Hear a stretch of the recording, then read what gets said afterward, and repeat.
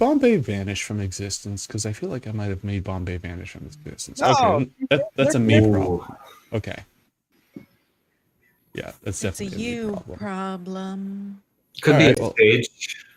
Couldn't be a stage presence problem. No, it's a me problem. We can absolutely confirm that it's a me problem. One of these things is not like don't the don't be others. funny. No one can hear you. Don't be funny. You're wasting perfectly good material. Save it. Save it. You know, we On could just ice. blame OBS. OBS is a inanimate Okay, thing cool. that can't hear us. We or got you see now. us. We got you. That's all set. Oh, yay. Woo. Let's go. And that's all set. All right, cool. Chat, if you saw this, You no, did. you didn't. Nar. Yeah, you saw nothing.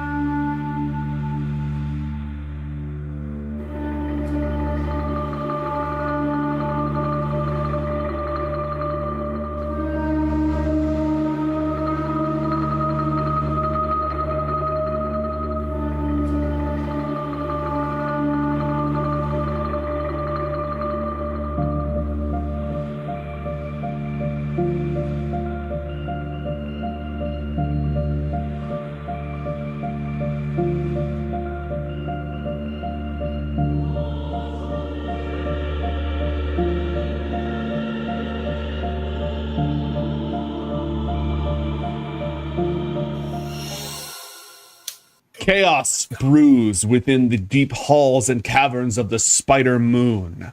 Chaos instigated by our heroes and our villains. Arengal, the Ulitharid ambassador, from the fleet that arrived in this solar system so long ago from the distant, cold depths of space. Your world that you have been sent to uplift the drow, to send them forth to do your bidding. Your world has been invaded by off-worlders who bring with them strange magic and a cunning that threatens to at least, slightly inconvenience your own. After using your ability to track the mental presence of every mind within miles of you, to lead the drow of the city directly to these off-worlders, they managed to escape by using illusions to create fake footprints in all directions at once. As far as Arengal is concerned, yes, it is Arengal's world, Yeah. John. Yeah. Finders keepers. Losers suck. All right. So, at that point, the off-worlders were able to escape, not completely going off of your mental radar, but evading the pursuing drow for the time being. Perhaps calling upon you, Arengal, to use other means at your disposal. You are still within the royal palace of the city of Zogatha. Yes. And Well, is do you my want project image still above that footprint? Like, where John had like footprints. Am I still? Because you had to go and time kept ticking, your project image would have stayed there, but they managed to get away from the immediate area. So the trail, that's the okay. trail has gone cold, but your project image can still be around if you want. Yeah. So I'm going to use my project image, which is above, I guess, where they were camping or like close by, Mhm. where they were camping, to look around. What do I see? Okay, roll a perception check. Perception. All right, here we go. 25. A 25. Okay. Uh-huh. They were not camping in this immediate area. They were on the move. You gave their location to Royal Consort Fiam and the House of Duskren. They tracked them down to their campsite. And you would know, because you scried on them, that was the campsite that was on top of one of the Chitin's houses that collapsed. So you know the location of that. When you caught up with them here, they were further north. They had made their way through. They were trying to stay one step ahead of them, but you would track them all the way. So you would absolutely know the direction that they came from. And that is probably where you would need to, that like the trail would have gone cold after that. Not that you couldn't try to pick it up again, Correct. but the trail actually begins elsewhere from where you are now. Got it. And at no point in time did I see the captain with a large box or a container Correct. in this. Even when you All right. scried on their camp and you saw all of them sleeping, you did not see any large crates. I would like to move my image to their campsite. Okay. I'm going to move it there, and I'm going to look around to see what I find. Do I see? I'm specifically looking for signs of. Have they left anything in a rush, like when they were escaping their camp? Were there any signs of where they slept, where they rested? Yeah. John, Captain, for and Asena, after your camp collapsed underneath you, can you think of anything that would have been left behind? I wasn't there. Oh yeah. That's right. You were off on a mission of your own. Would I have left anything? I think maybe I. What do I have? What do I have that I would forget in a scuffle? I'm looking over the list. Feel free to add small flavor items with no mechanical effect, as however you desire. I may have left. Oh, I have 2 rapiers, 2 pistols, 2 everything. If I don't find something on the surface or anything of note, I'm going to ask some drow to dig this place up. To dig the place up, Uncover you the said? secret. Yeah, uncover, look for clues, see if you can find anything, and as soon as you can, whatever you find, send it to me, mentally, send me a message, or just think about me lovingly and let me know. If that is possible, that is what they will do. I have a proposition to make. Go ahead. Let's hear it. John is very meticulous about places that he keeps his things, usually within his bags of holding. There's not much that he keeps on his person that isn't incredibly valuable. So, my proposition is this, Arangal. Normally, and this is going to be to you, not to the DM. Of course, it will take our GM's approval to see if this applies. I say yes. But because John rolled a natural 1, we've already resolved the whole thing around that. But it was a very intense scene with a lot going on, and it is possible that under very, very terrible circumstances, John might have left his seal that he crafted in order to keep that place safe from the peering eyes of the aberrations. As a player, I'm willing to leave that seal behind for Arangal to find. However, because that's not just a very minor, I'd say that's a pretty moderate issue, I would like 2 of your inspiration for me to be able to leave that behind for you to find. So John would not have access to that for the remainder of this adventure unless he can take the time to craft a new one. For 2 of your and- inspiration. Oh my god. And I would have to use my inspiration to find it. It's effectively, yeah, you would be we'd be comboing you not just spending it to the DM, but giving it to me in order to find this Giving it boon to of you. John. Oh, Yeah. cool. But that's not to find it. That's to make it so it was left behind. We are doing a retcon. Correct. If this, Correct. Yeah. without that, it never happened. This is John's warding seal. It's a 6th level feature that John has to have crafted and used, and I'm willing to give it up. However, I want 2 inspiration for it. Well, the warning seal creates a spiritual boundary. What is undead cannot physically cross it.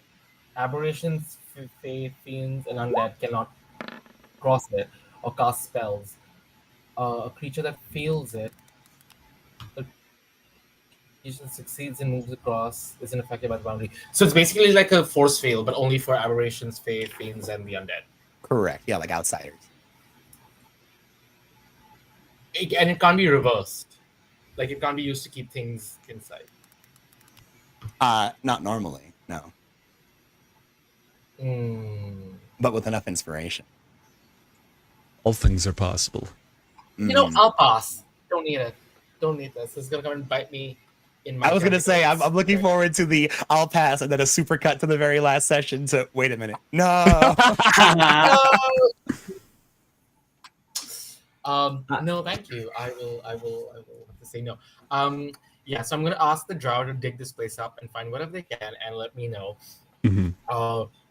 My like my image instead is gonna turn towards like where I think where I lost the trail. I'm looking to that general direction. Mhm.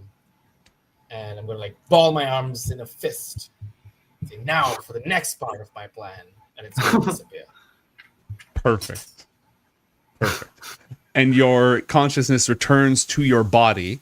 And I'm going to give you a little bit more time because a little time passed in the second half of the session, during which, at the end of this time, John, you don't have any precautions in place to block your 20 intelligence from being sensed, right? Only holding his gun up to his head. Okay. And are you As able of to right do now, that? though, he's yeah, because right now he has his chitinous, aura about himself. So as long as he can every now and then, so but there's effectively going to be every 10 turns there's a little blip, but other than that, yeah, no. Okay. So you, over the course, at the end of whatever your next action is going to be, is when you will detect that John is now in the caves of the Coldriths, which I've mentioned to you earlier and that you are aware of since your mental presence extends that far, but you have taken no action against. But until then, you won't know that. So what would you want to do during the intermediary time? During the intermediary, what Orangol is going to do until he finds that little like that sonar is he's in. I'm guessing the queen has also left that chamber and everyone's just going. Yeah, you can probably find almost anybody that you need to. Every 10 minutes, thank you. You can probably track down anyone that you need to, but nobody's immediately with you. And you have your own private area quarters as well. Yeah. Where are the shipyards where the Spelljammer ships are kept on the moon? Those are kept up on the surface for the most part, or not on the surface, but some of them dock on top of the major areas so that they can go up through natural tunnels towards the surface. But most of the fleet is not here in the city. Most of the fleet is in shipyards that are hidden just beneath the surface. This is a little deeper. There are like a handful of ships here. I'm going to start making my way towards the shipyard. Okay. I might go to my room first in the palace where like Orangol resides, pick up a few items, maybe like an item, like just enough for an adventure, and I'm gonna head to the shipyard. Okay. That'll take you a little bit of time, probably enough for us to get caught up. And during that, you would learn that they did not find anything at the campsite. It was almost entirely scrubbed clean. And they've been unable to find tracks, which is not unusual because a cavern doesn't keep tracks very well. What about the other? And so the other drow have also failed. Yeah, I rolled some perception checks. None of them, they didn't really have survival as a skill, which is what you need for tracks. And I rolled investigation for them as well, so they came up with nothing. What good are these stupid drow? Oh, fine. Okay, so they let me know they haven't found anything. Correct.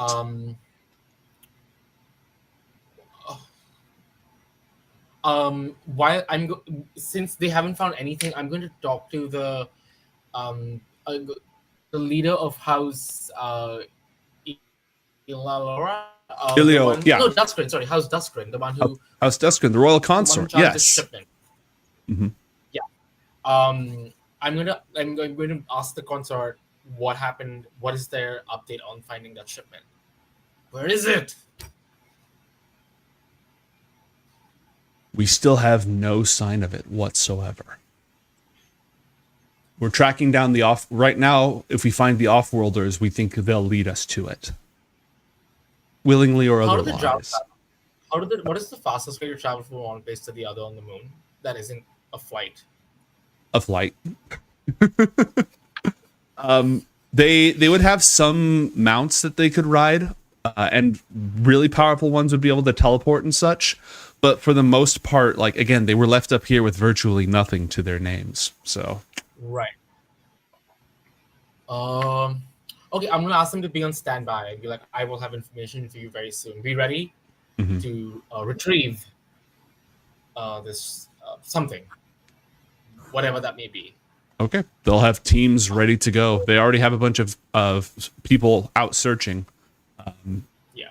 And refresh me, Abora and Matt, you skipped town on the people sent to hunt you, right? You didn't. You escaped them. Okay, yeah. Yes. So there wasn't a huge fight. They just escaped. Correct. Barely Barely. escaped. Still counts. And grenades and horseshoe. Okay, so I've told the consort to like stay on standby. I'm making my way towards the ship. I really have no clue where these clowns are. What else does Orangal want to do? I think that would be all for now in terms Okay. of. Would I know that? I don't know where they are, right? Even though, like, out of game, I know they're with the Shy team. At the end of this, you will know that's where he is. Okay, cool. Yeah, like at the end, okay. you don't know that you'll know that, but we know that you'll know that. I'm just looking. Yeah, that's all. I could try scrying them again. Is that a once per day thing? No, it's a spell. It's not a once per day thing. No, I'd rather not. I'll save it for another time. Okay. I might end my turn, I guess. Okay. All right. Captain Flignortkin, you just shook hands with Guildmaster Flitch of the House of Hlaneld. You are still inside the Guildmaster's den in the deep areas of the caverns. Your trusty sidekicks are both with you, Salty Jimbo, and of course, Glebnor. Glebnor. Yeah. Glebnor. And Guildmaster Flitch told you that if you would bring these off-worlders, you'll receive a ship. And if they have the secrets that he seeks, 2 ships. Huh. But now it's pretty much up to you what you want to do next. You are off here in the city with the drow, and with Dresmorlin as well, the drow that survived the attack on your ship. But none of your compatriots, ? Are with you. What would be your next course of action? Well, So I get the ships if I betray my new friends, and they have the information that they are looking for. Bring me the off-worlders, and I'll get you the ship you asked for. If they have the information that I want, 2 ships. Well, I guess I'd better go find my friends so I can turn them in. You'll have to be careful about that. Half the city is out looking for them, and nobody seems to have a trace. Do you have any idea where any of them might be? Not a clue, but in order to find these people, you have to think like these people. So, if I were an off-worlder, where would I go? Does this town have a welcome center or some sort of... Yes, it does. And he flicks a knife out of his sleeve, spins it, and then slices it across the air several feet from your neck. But the meaning of the gesture is obvious. I'm getting some strong vibes from that general area, so I think we'd better step outside. Yeah, let me know if you find the welcome center. Yeah, I think I found it. All right. I'm going to pull up the map for all of our viewers at home so that we can just sort of get our bearings on where we are.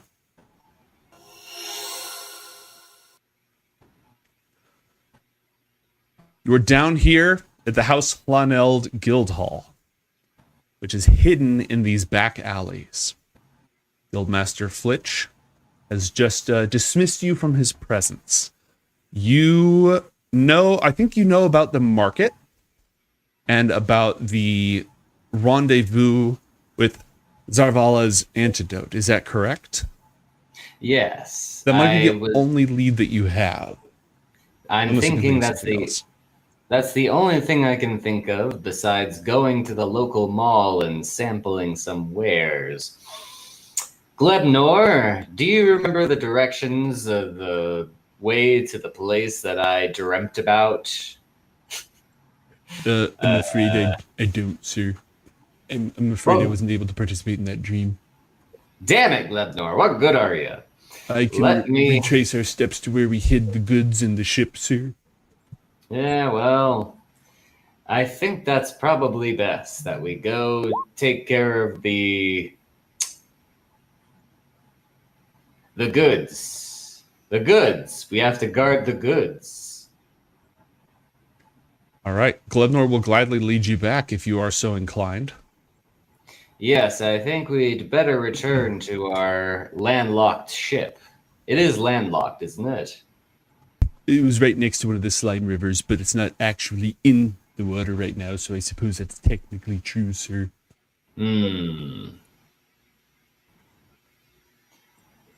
Let's see. We were told to rendezvous with someone to get some reward somewhere. Where was that?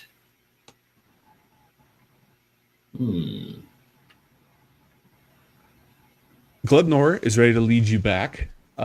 You can make an intelligence check if you want, unless to see if you remember where those instructions were for. That would give you 2 different locations. You do also know that Asena went off to go explore the Slime River. Ah, yes, that's so those are your right. 3 leads, I think. Matt, how you shared your plan with Captain Flig before you left? That you were going to go to the Chitin colony? You correct me if I'm wrong, but I thought that the plan that John and Captain Flig came up with were that John was going to go stir up some trouble with the Chitin colony, the Chitin colony, and the captain was going to get the assistance of the Drow. They were going to safeguard our goods, and we're going to see if they could get the Drow to continue on with effectively what was our original plan. Someone? Yeah, we lost. Did we? Really? No. I still have Matt. The stream good. still has Matt. You lost Matt. You lost him. If you're the only person who lost Matt, go ahead and give it the F5. Well, Matt probably has his gun to his head. Exactly. So you just lost track. That's obviously what happened. I was like, all right, Matt, now's the time to talk about all your secret plans. You can't be listened in on. Squid stew. But as from what I recall, John had shared with the captain that we had the plan to connect with the Chitin colony and start some revolting, some rebellion, some rabble rousing, and that the captain was going to be using their charm, their sophistication, and lying through their teeth in order to gain the assistance of the Drow, take the house, Hlaneld, that we know is really the big backscabbers and usurpers of this place, and provide them with just enough information in order to try to let them in on there's going to be things happening in Zogatha in the coming days, actually probably sooner than later, and that they should be ready for a chance to usurp the main house of, I can totally pronounce this, Zalvir. And that was, but basically we would all, serendipitously, John believes that it'll all work out and we'll all end up where we need to be when the time is right. Glebnor, I just had an idea. Yes, Captain. Why don't we convince the guildmaster to loan us some men, and then we'll use them to usurp the crown ourselves? Sounds that sounds ambitious, sir. Do we want to wait for things to get a little bit more hectic before we make a move like that? Damn it, Glebnor, if we don't move now, we won't move ever. I storm back into the guildmaster. Okay, sir. Guildmaster Flitch is speaking with two drow who are like totally ninja gear, right? Underground ninja equipment covered with knives and poison and dark clothes and masks to hide their faces. And oh, you're back. Guildmaster, this may be a bad time, but I just had a thought. In order to find these off-worlders, I'll probably need some help. You see, we're a 30-person crew, and these off-worlders are skilled in ways that I've never seen. So I would need your top talent to track them down. Roll a persuasion check for me, please, Captain Flig. Why, certainly. I get a +1 modifier from my draw. Can confirm. Oh, yes. Very soothing. Your in-flight movie has been interrupted by some turbulence that's causing us to crash into the ground. Persuasion. Oh, bitch. Do I have persuasion? I was going to say, this is one of those things where, you know, the captain looks at you and says, obviously no, except for the fact you are quite charming and persuasive. So the guildmaster looks at you and says, okay, that seems reasonable. Yeah. And the two assassins who he was just talking to, he rattles off something in Undercommon to them. And they nod. And they'll say, you can take these two with you. I was sending them off on business anyway. Good to have you aboard. What are your names? They both look at you in dour silence before Guildmaster Flitch snaps at them in Undercommon. Zeros. Imnil.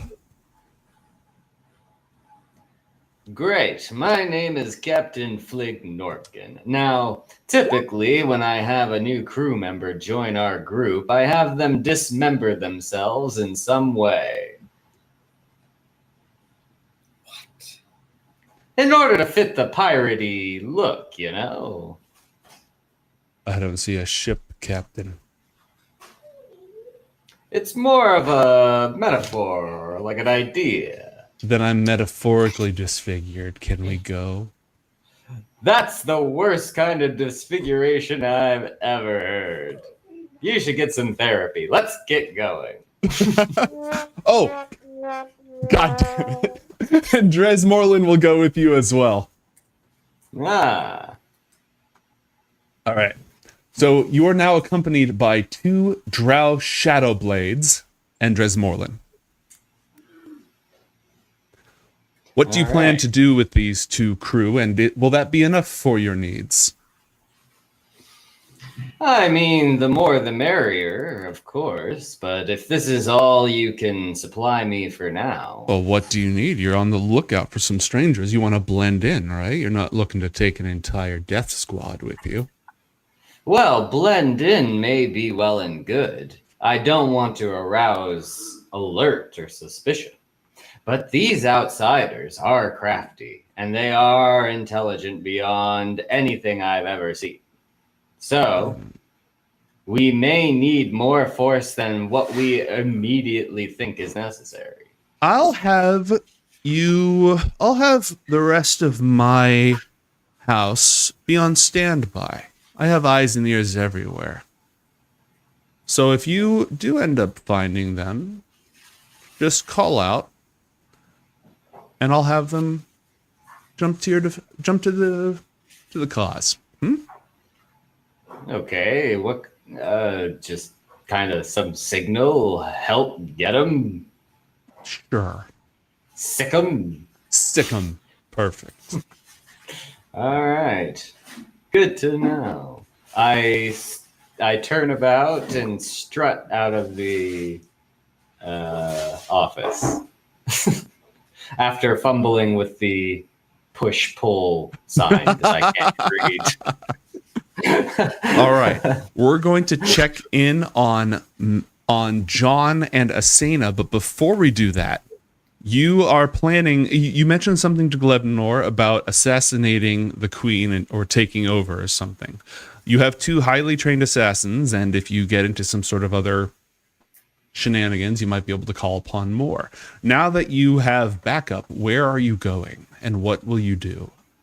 What course will you set, Captain? Well, I'm trying to remember where our rendezvous point was. What can I roll something to see if I remember where to, or is that just No, go ahead. Roll it. I can as a- tell you as a- that it's in the market, but if Okay. you're not positive if the captain would remember that, you can make an intelligence check. Or you can just decide that you know it. I don't think he would know that. I think he's very forgetful and might Okay. need to roll for that. Now let's see here. Where was I supposed to go? I'm gonna roll an intelligence. You just ding, ding. Well, Offworlder, where would we start to find them? I panic and I say that way and point towards the market. Okay. And so off you head in that direction. Now that you have an escort, you are far less likely to be ambushed. No, if people see you in the company of other drow, they're not going to just immediately say, "Oh, look, there's the Offworlders. Kill them." You'll be making your way through the fungus farms for a little bit of time. Enough time for us to check back in on John and Asena. Now, at this point, time has also caught up with us. So, Arengal, roughly at the same time that you reach the shipyards, which are a buzz of activity, and you know that the drow have been building ships as fast as they can with all the resources that they've pirated from the space lanes. There is an upcry amongst many of them for a full-fledged invasion of their homeworld, the forest world of Periant that lies in eyesight from where they stand on this blasted moon. So you're walking around, you see the various spinnerets, small ship boarding vessels, you see the larger death spiders, you've gathered a few things with you, and you do get another blip on your mental radar of John's presence. And as I said earlier, you are now aware that he's in the Coldrith Caverns. What else do I sense around him in these caverns? Let's see what else you'd be able to detect. I'd be able to detect. And while this is happening, even though Arengal is far away, this is a simultaneous scene. So John and Asena, I'm working you back in as well so that we can all be on the same page. So you detect multiple other mines in the same vicinity. Several of them have an intelligence of 11. A lot of them have an intelligence of 10. A few of them have an intelligence of 2, so they're animals. Right. Apart from John, who's the next smartest person in the room? Asena, what's your intelligence score? 8, so not me. Well, there are 2 creatures with an intelligence of 13 in the same are they? area. Huh? Who are these creatures? You don't know that. You just know their intelligence and their location. You can attempt to communicate with them. But, And I will. okay, what do you say? I know what I want to do, and how do I make this dramatic?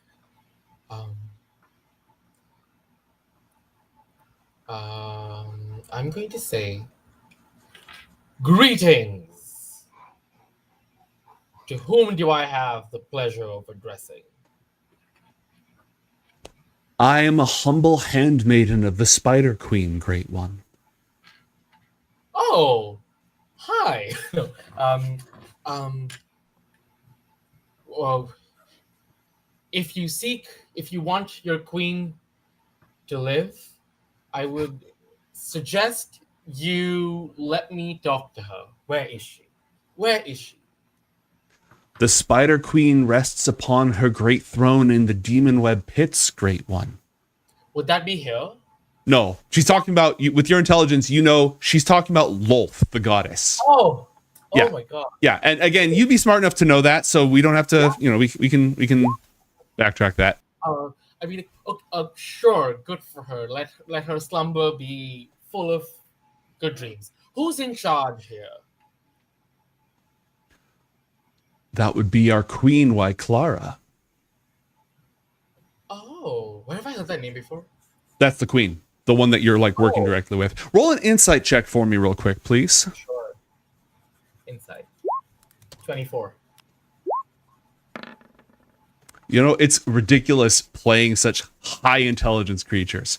You immediately recognize this mind, not on an individual basis, but remember when I said that in the queen's throne room, there was another advisor who sat on her side and it was a demon? Yes! This is one of those demons, not the same one, but this is a Yochlol demon. And there are, now that you recognize that, you know that there are two of them in this chamber. Amazing. Do I know where their allegiance lies? Like I know Lolth. that Lolth first and foremost. They will claim to serve one drow or another drow, but they are the direct demonic emissaries of the Spider Queen. And the Spider Queen is capricious and cruel. Great. And they okay, amazing. What is her name? I'm going to ask her. What is your name, High Priestess of or Calrina, Great One. Calrina. Calrina, there amongst you in your general vicinity, there exists a man, and I know I've seen John Carmichael, so I'm going to describe John Carmichael. I don't know who else John is with because I haven't seen a Sena yet. I'm going to say, if you would be so kind as to capture this said man, and yeah, because I really don't. Asena could be like anyone at this point. I really have no idea. I'll capture him and perhaps bring him incapacitated to the palace. Is that Lolth's will, Great One? It is your queen's will. I don't speak for Lolth, but she does. Of course. And as I blimp out, I just say, fuck him up. Okay. Meanwhile, inside that very same cavern, Asena, you have been escorted here by the two handmaidens of Lolth, having a interesting philosophical conversation as you wander through the passageways. Dargan and Chester are both with you. On the other side are two Kytines and a... John, describe your appearance again for me. John looks like an incredibly small, incredibly old chitin with long hair, almost like a mane wrapped around their form, a hunched back, and just a tiny little guy, little spider guy. And has John done anything to let Asena know? You've just been introduced to the three mothers, the Coldriths, who hover at the center of the web. Didn't want to interrupt us at the end of our pivotal part of the last game, but yes, John does again, not trying to give up the ghost necessarily in front of these drow that he sees Asena being escorted by, but he, as this little tiny chitin old person, is going to kind of reach up and just mimic. First of all, trying to at least get the eye of Asena, but as soon as like he kind of has her attention, he wants to do the finger tapping, like, "Hey, talk to my brain" thing, and is hoping that she'll understand that that's like a thing that her and John do. and he mentioned that he was going to go start rabble rousing with the chitin. So hopefully, she picks up on that and they can mind meld.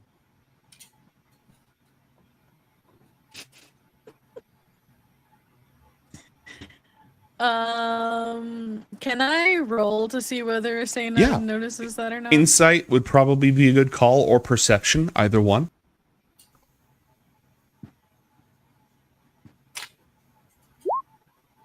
A I mean, 21. my insight is pretty high, so I guess it works for you, Matt. I mean, only if you want. I mean, gosh, I guess you don't gotta. Okay. Who are you? Oh, thank goodness, Asana, it's me. I'm pretending to be a tiny spider person. So far it's What? working. That's you? Yeah, it's me. I mean, Are you sure? I'm- Where are you really? Are you sure it's you? I'm about a foot or so behind the tiny little thing you see before you. Whenever I need to, I lean forward and kind of interact with things that need to be interacted with. But that's beside the point. I'm here with you, and I'm currently being escorted by a throng of chitin. They brought me here, and it seems as though you're being escorted by a pair of drow. What's going on with you? You pretty much said it.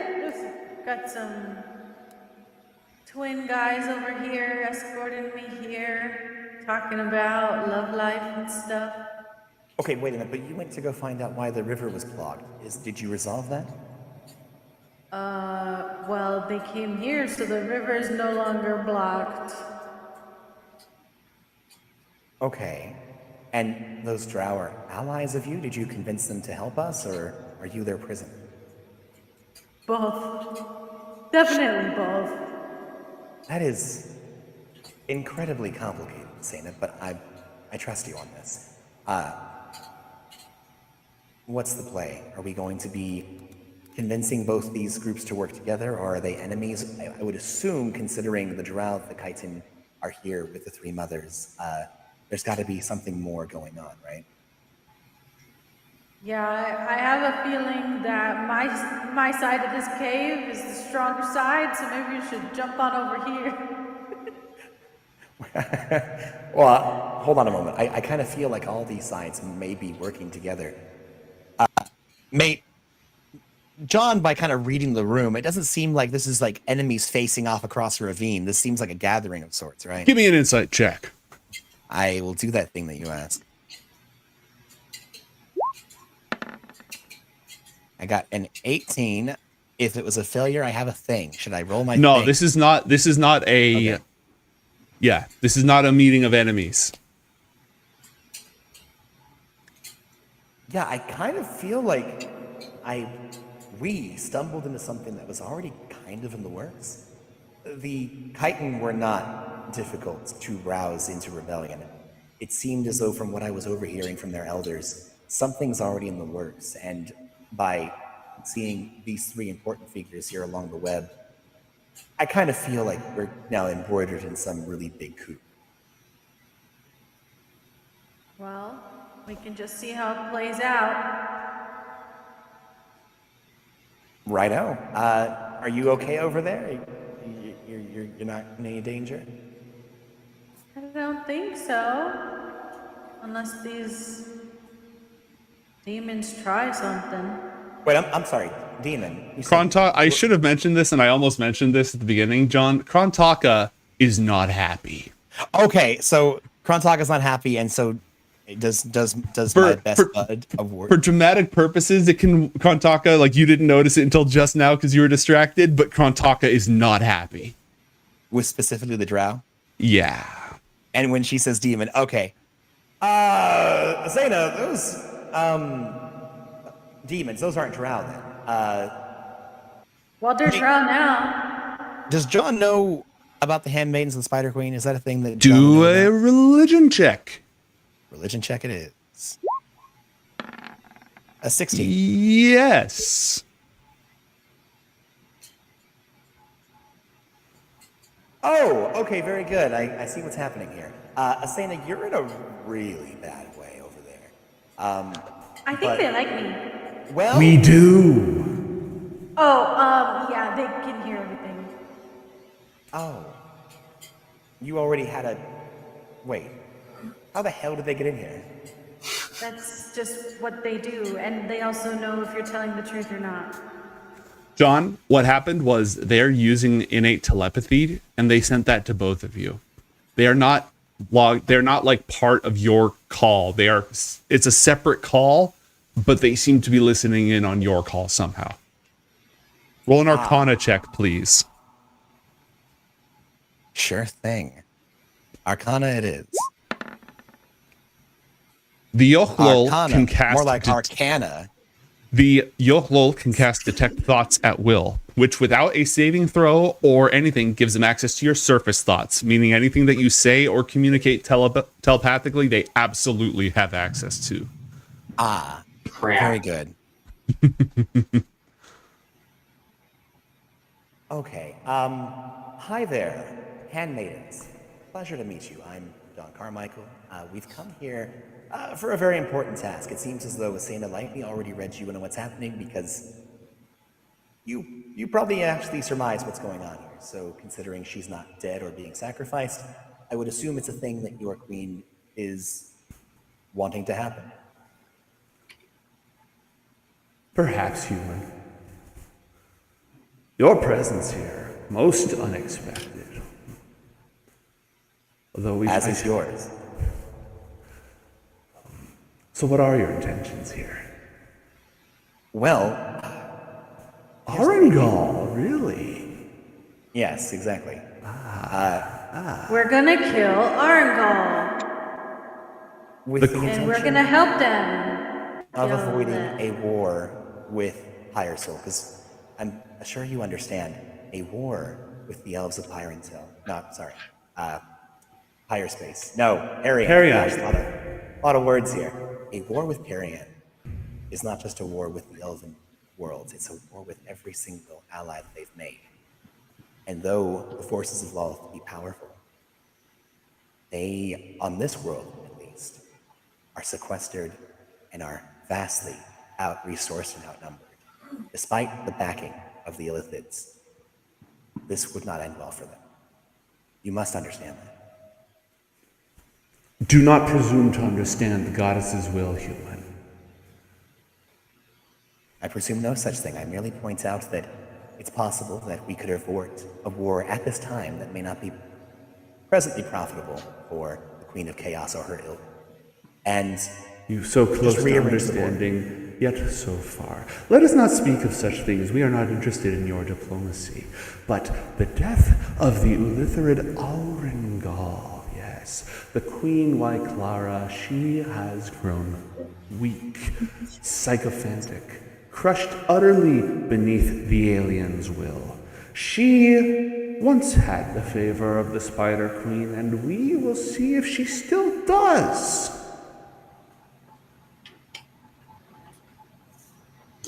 so a test. Yes. And you want to see if Queen Lyclara is going to be choosing the Queen or the Advisor. No, if she is fit to rule, then she will not need that thing whispering in her head. And if she is fit to rule, then she will crush this uprising. And if she is not fit to rule, she and all of her people will die, and their blood shall spill for the glory of the goddess. Very good. Yes, quite.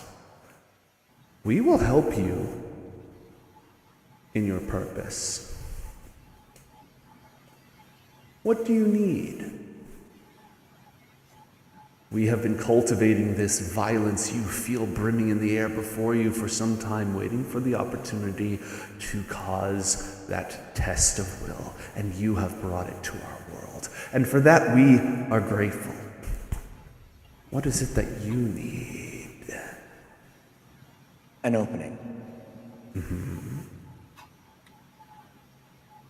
A gathering of sorts. We need to ensure that this advisor that can see all and react to much is not going to be able to escape when the time is right.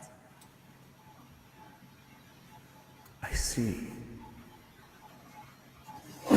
We'll see what can be arranged with that. You speak to them. Speak to their thirst for blood. Speak to them of the will of the goddess. We will leave that to you, and we will tend to this business you've given to us. Very good. Well, we appreciate your assistance, however that will plan out. And thank you for not draining me and my friend of our entire life. For now. And the two drow bow and then walk out of the room. And mate, I've got a questione. Fire away. So, you're still in telepathic talk. Not a big deal, but just wanted to give you a heads up. Thank you. Go ahead. So, not John and Asena, but Matt and Janessa kind of came up with a little idea of sorts. Something that, in this moment of revelation, with a possible recent upgrade that might be doable, I'm kind of wondering if we might be able to either bring into action now or possibly set forth in the future. Sell me. So, we're speaking in brain to brain right now. So it's a little difficult to be able to, record something like that because it's mind to mind. However, John recently was able to upgrade his dual disc system with dark powers of the Obsidian Tower. It's a long story. Go ahead. And I'm wondering if John might be able to tap into mental synapses and not just, You're a tech whatever, mage, right? You're a technomage. Yes. Yeah, I think that's reasonable. What's the over and under on John being able to just record this mental conversation between the drow, or not the drow, the demons and Asena himself? Okay, the over is absolutely you're going to be able to do this. The under is will they detect your thoughts? Because everything in your surface thoughts they can read, and you know this. Yes. Roll a deception check to keep that deliberately concealed. Well, so my thought is this. Maybe rather than rolling perception or deception, wouldn't John be able to just hold the gun up to his head and just say, mind blank, you can't read my thoughts. The time it takes me to at least initiate this bit of contact. But then once you've pressed that button to record, if you don't have the gun up to your head the entire conversation, then there's a chance you will think about the fact that you're recording. So you will need to roll something to not think about the fact that you're recording. Yes, don't think about the pink elephant. I understand what you're saying. Exactly. Okay. Then yes, I will do that thing that you asked. You needed a deception check, you said? I would accept deception, but this is also a test of willpower, so an intelligence check would also be acceptable. Intelligence versus deception.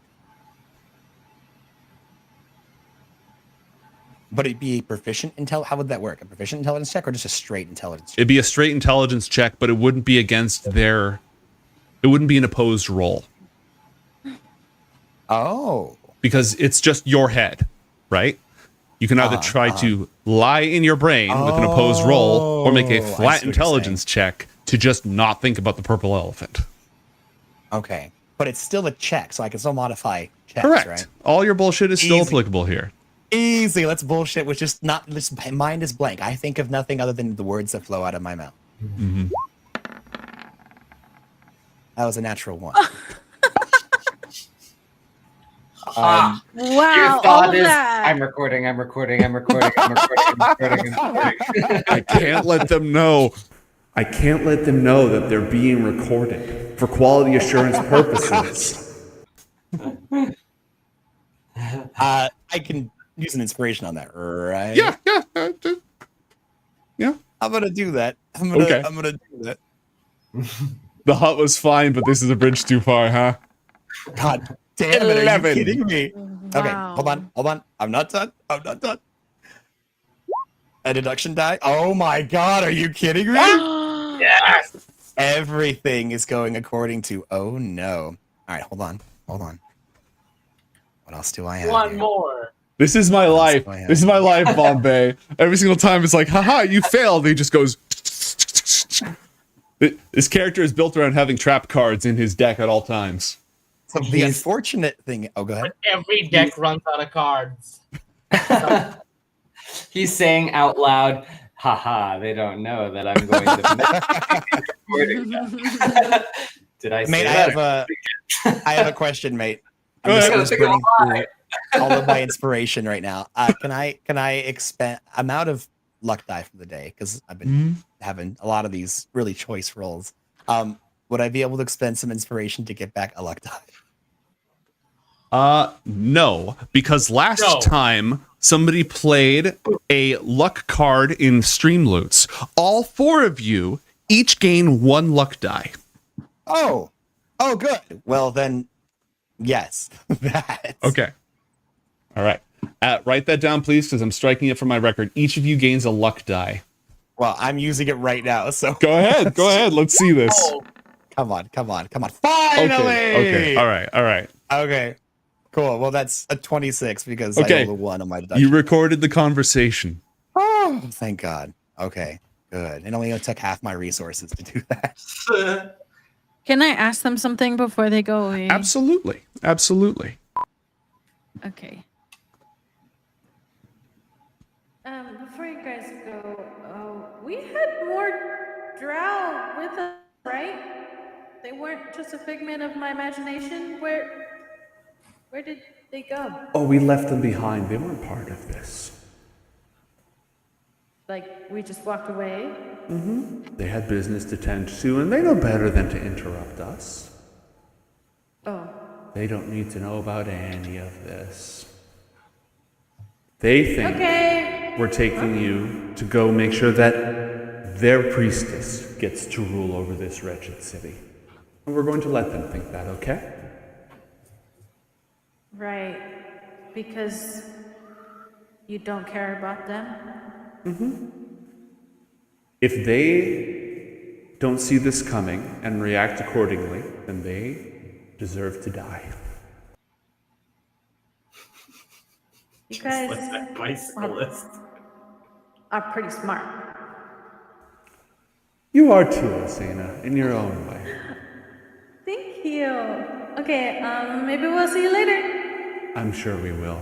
Take care. Asena, is there anything else that you want to do? No, I was just wondering where those people went. Yeah, we left them behind. They did not come with. All right, so I'm going to briefly set the stage here. I'm going to let Abora know that you have arrived at the dark market.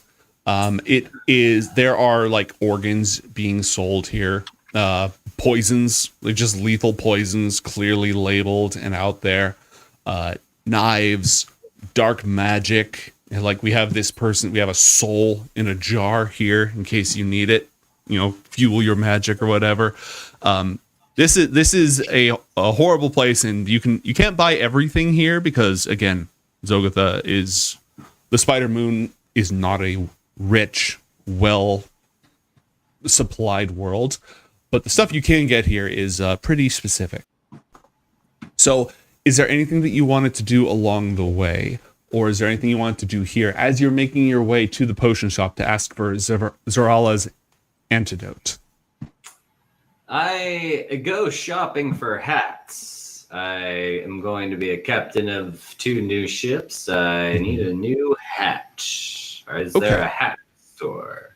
There is. After all, they've recently branched out into Moon has a hat piracy. store? They have pirates now. There's a lot of Drow space pirates.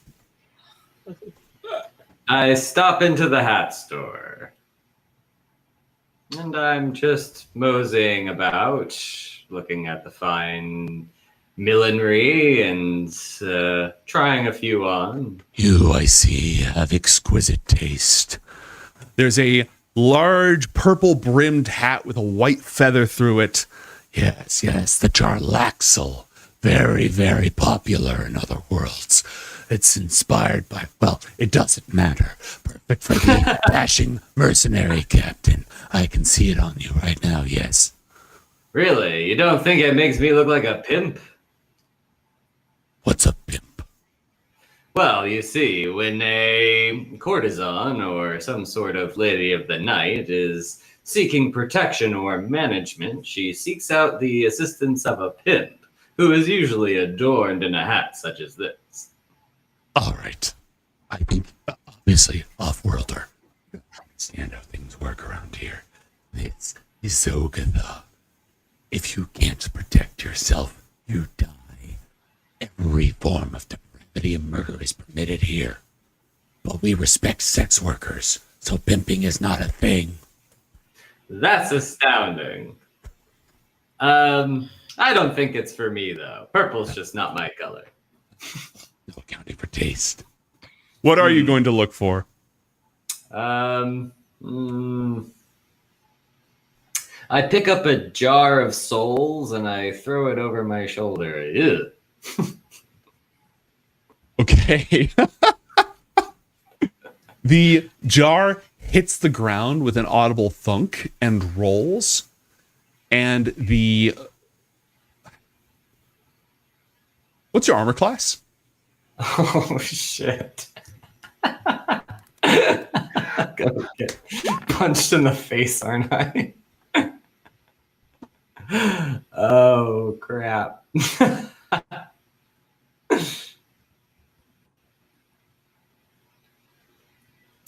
Armor class is 17. Okay.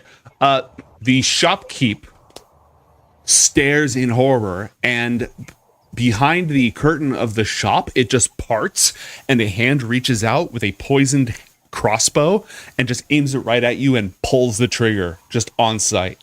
It goes whizzing past you, and in response, your two Drow Shadowblade escorts return fire.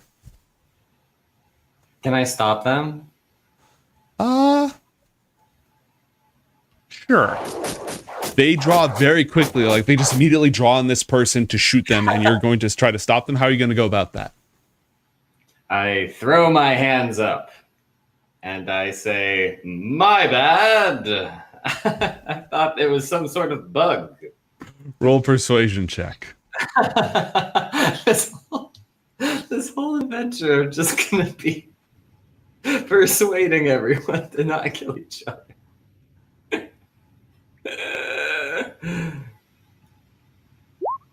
21.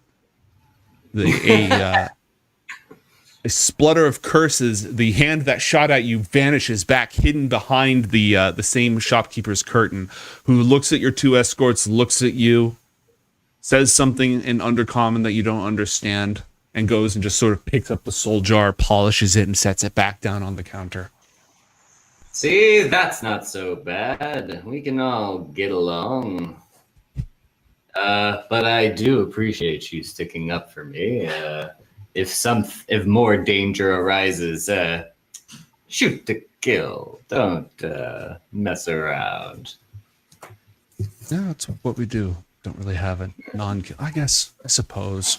They look at their darts and their crossbows real quick, and they swap them out. They're all like poison. Every single one of them has a different poison on it, and they swap them out. Soon enough, you are able to pass through a curtain of a tent that has been erected from spider legs, and then stretched fungus has been like pulled over it and alchemically treated to harden. And there are all sorts of fungi floating in preservative jars and different organs from spiders and things labeled, different types of like venom and extract of carrion crawler from the surface. The alchemist overseeing the place looks at you with a completely flat affect. What will you be buying? Good evening, my good sir. I was wondering if you had, I had a dream about it. I can't seem to remember. It was some sort of potion or other. Some sort of vaccine or We have bottle. a wide variety of cures and potions and poisons. all available. Can you be more specific?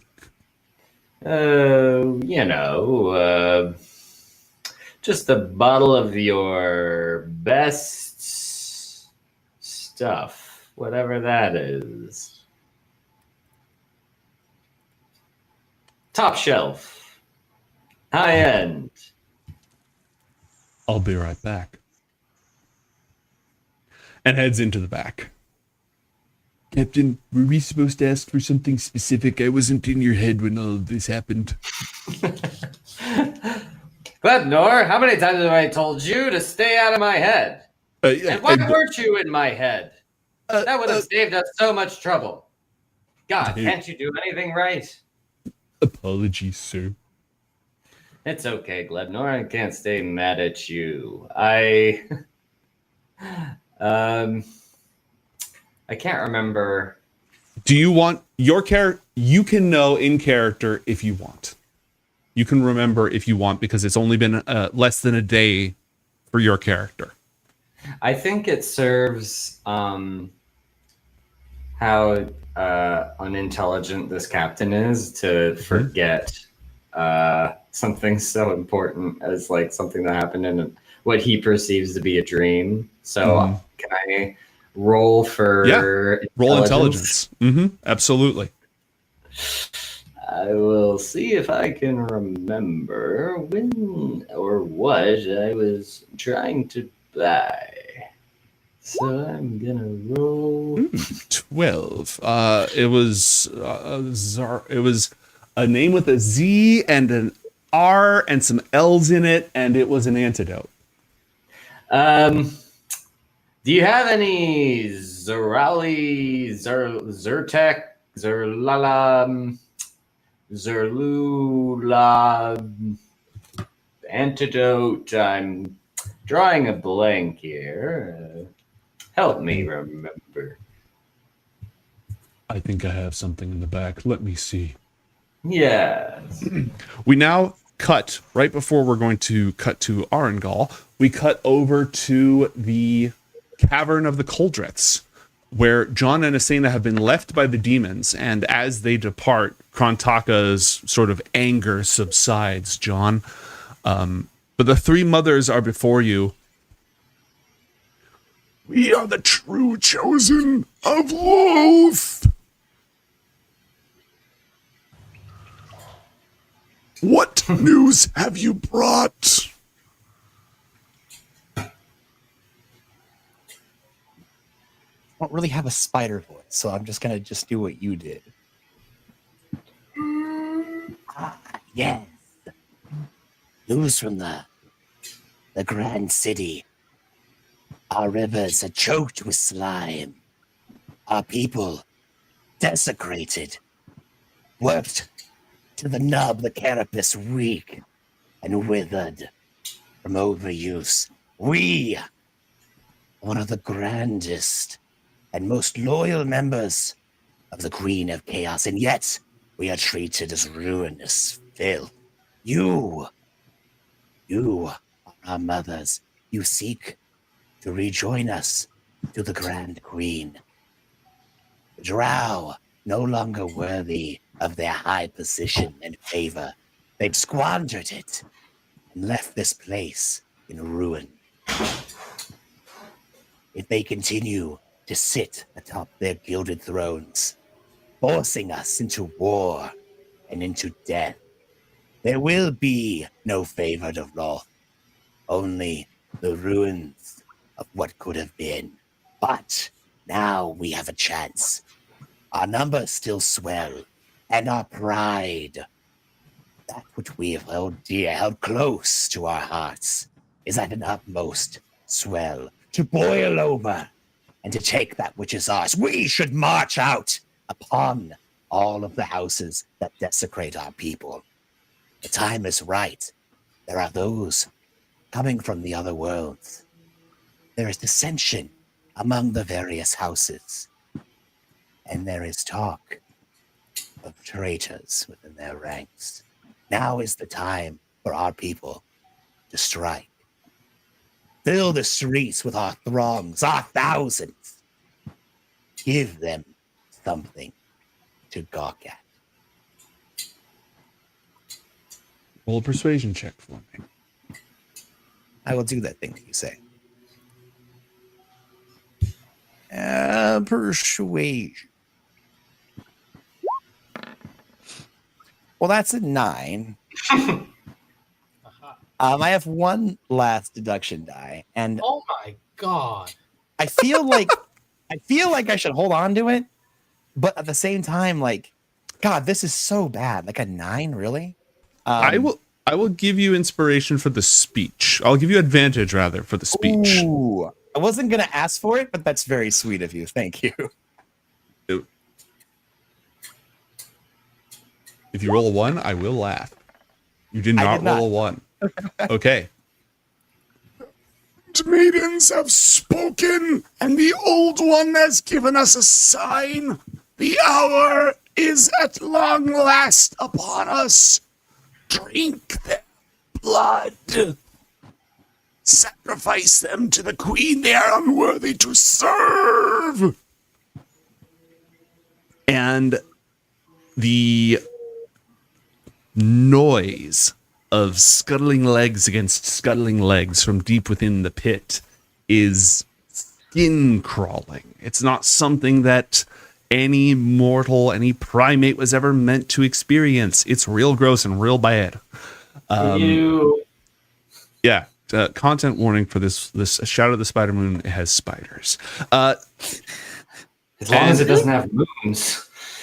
Well, just the one. Just the one. So they begin to swell upwards in swarms, tiny spiders, enormous spiders, and the chitin who have been waiting for this moment for a long time.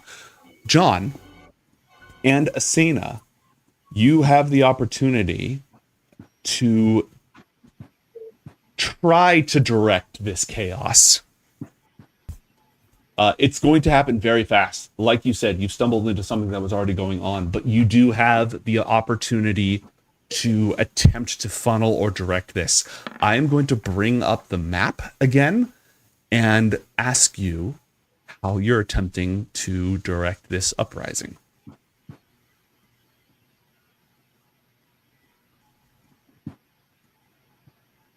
You are muted and I get +1 XP.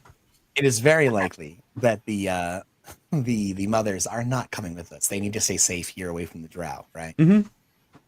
Okay. So, in that case, who are going to be? Is it just like the mothers just sending out the chitin as just one big throng? Or There are 3 any mothers. leaders? Let's say that they have 3 different throngs who can combine their efforts or direct them in other, or split up. And it's not just chitins. Like I said, there's a bunch of giant spiders and spider swarms and Yeah, other nonsense. gotcha. So you have a chance to attempt to point them towards something or someone. Would you, and if so, how? Considering that we understand that House Laneld is kind of away from the main action, and the rest of the houses are all very close to Xavier, Mm-hmm. I think it's best to have them focus their efforts first on House. And let me go ahead. I have a thing to translate this. Illa Lawara. Illa- That's what I was saying, Illawarra. So direct them towards House Illawarra and then on to the capital of House Xavier.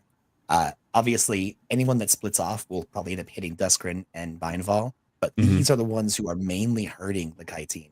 And then this is the one that we need the chaos to spread to. So everything else should honestly be funneling to try and protect this main capital. So I think depending on where we're coming from, if it's right here, just kind of sending them, following the river or following the caverns and then just making a straight Just push towards, literally all of you go that way. just right down the middle. Have them Okay. aim their fury, their anger, their ire, and just direct it straight forward like an arrow. Okay. Asena, do you have anything you want to say or do in this as the spider swarms begin emerging from the deep?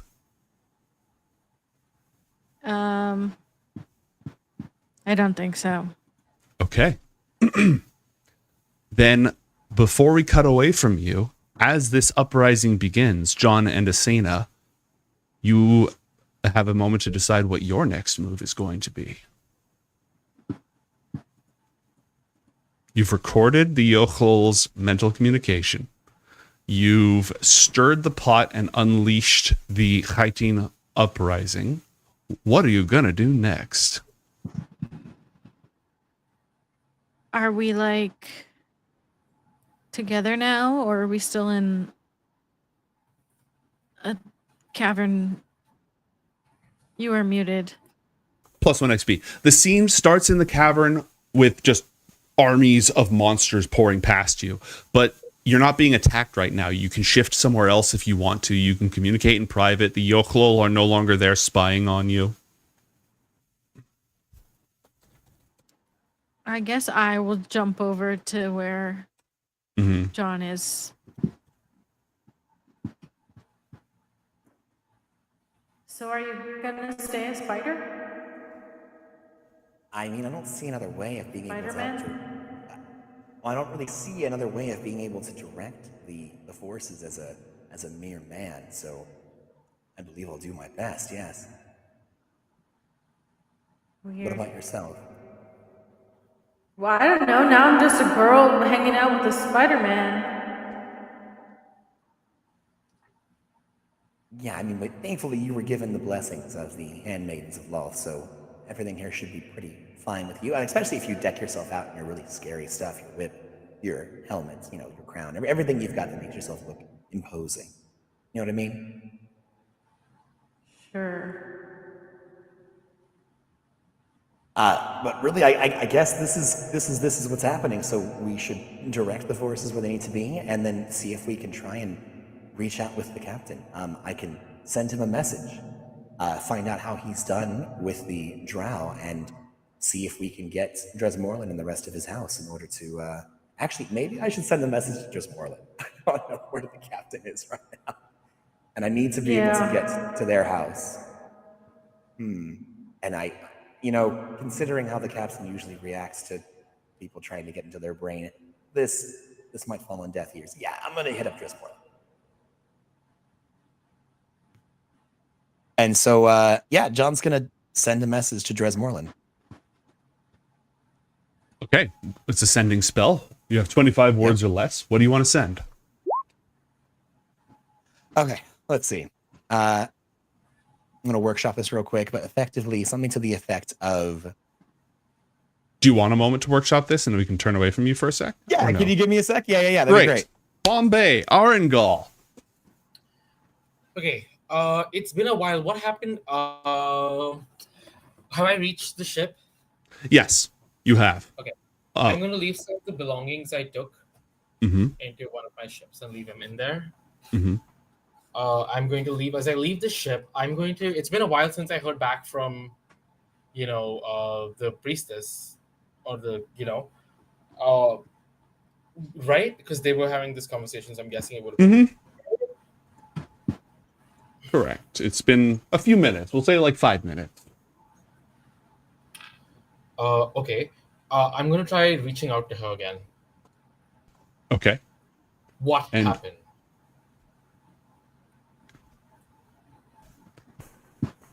I have not seen this human you described, Great One. Do I sense that they're still close by? But they're not. Are they? It's a blip every 10 minutes. So, you know what? Let's say 10 minutes go by and you do get another blip on the radar, detecting John in the area. In the area. Mm-hmm. So I'm going to think, oh, okay. So you don't see a human. What do you see?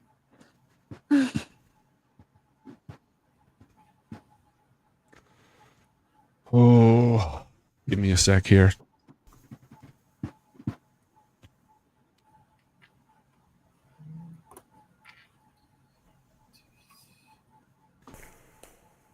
We wander the paths of the rivers of slime, Great One, seeking its source. Is she not with them? Is she not close to them? No, she is. Okay. Priestess, who is around you?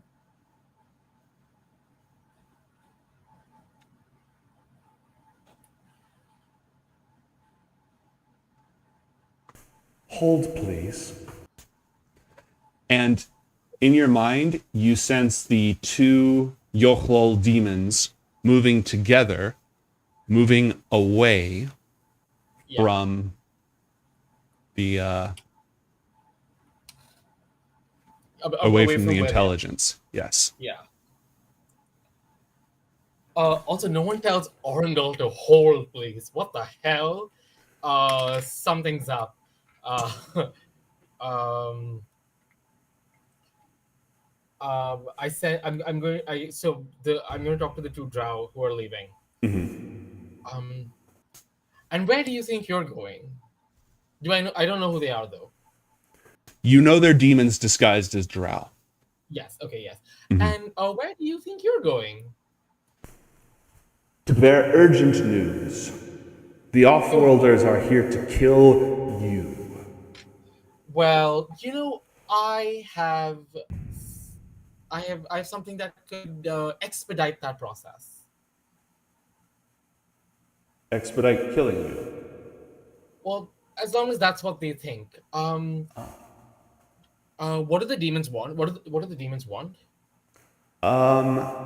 They are actual servants of Lolth, above and beyond the drow themselves. Roll a religion check, or failing that, just an intelligence check. And I'll come out of my cave now. 28. Okay, Lolth is a capricious and cruel goddess. She's not even really on the Drow's side. She demands their complete obedience. She does not love them. She does not care about them. She does not care if they are happy or if they succeed. Sure, she hates the elves, but really, she just wants their full loyalty, and every so often she just changes her whim and decides to have them kill each other. The entire reason Drow society is such backstabbery is because of her influence. So She loves a little chaos, and she loves a little chaos, but also demands their complete faith, loyalty, and obedience. Amazing. Okay, and these two demons are followers. They follow her over the Drow. Correct. All right. They're her work with emissaries. I can work with that. I'm going to say, how about you bring, John Carmichael to the palace? Any way you want. Like, choose violence, choose non-violence, whatever. You can bring him to me any way. You don't even have to fight him. If you can deceive him, deceive him. And in return, I will make sure that you receive. I will make sure that you will have a bigger hand in a lot of chaos that would plague the Spider Moon.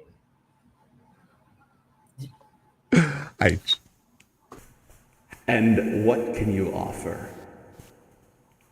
Because you're going to have to do a lot to outplay this. And What would I like to know? as she transmits that, you detect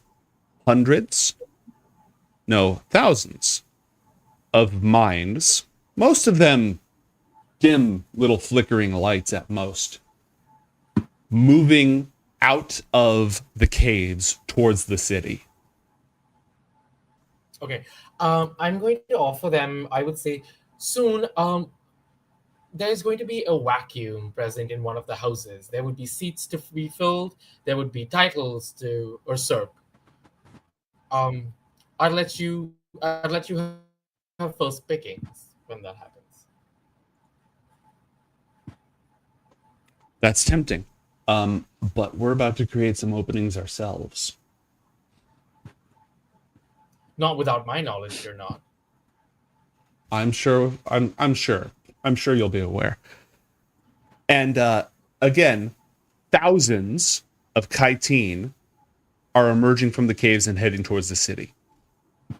You are detecting this just absolute surge. Let's call it an invasion. The Kytines are following whom exactly? Do you mean in terms of where their loyalties lie? Who do they take orders from? The three Coldriths, who are their evolved leaders out here in the caves, Do I know who John was just meeting with. Do I know where they are? Yes, you do. Okay, I'm going to immediately turn to one of the pilots of one of like a Mhm. ship near me. Mhm. I'm going to give him coordinates. I'm going to ask him to run his ship into the three of them. They are deep underground, Oh, Arengal. Wait, hold on. And would Arangal know that the three mothers are those beings down there? Would they be aware Yes. of the mothers? Yes. Oh. Arangal has been keeping track of like all the different power players in the city for a while. So does have previous knowledge of that. Has been leaving them alone just in case they're useful. okay. So they're deep into the ground. What would happen if the three of them would die? What happens to the Kaitine? Well, eventually they might go back and obey. But based on the current trajectory, by the time that news of their death reaches the others, there may have already been a lot of chaos. It may already be too late. I'm just checking something real quick. Okay. So clock's ticking. Okay. Mhm. Okay, so I would obviously know something crazy is going to happen. Mhm. Instead, I'm going to turn to the handler of the ship I just came out of, Mhm. and I would say, keep the engines running.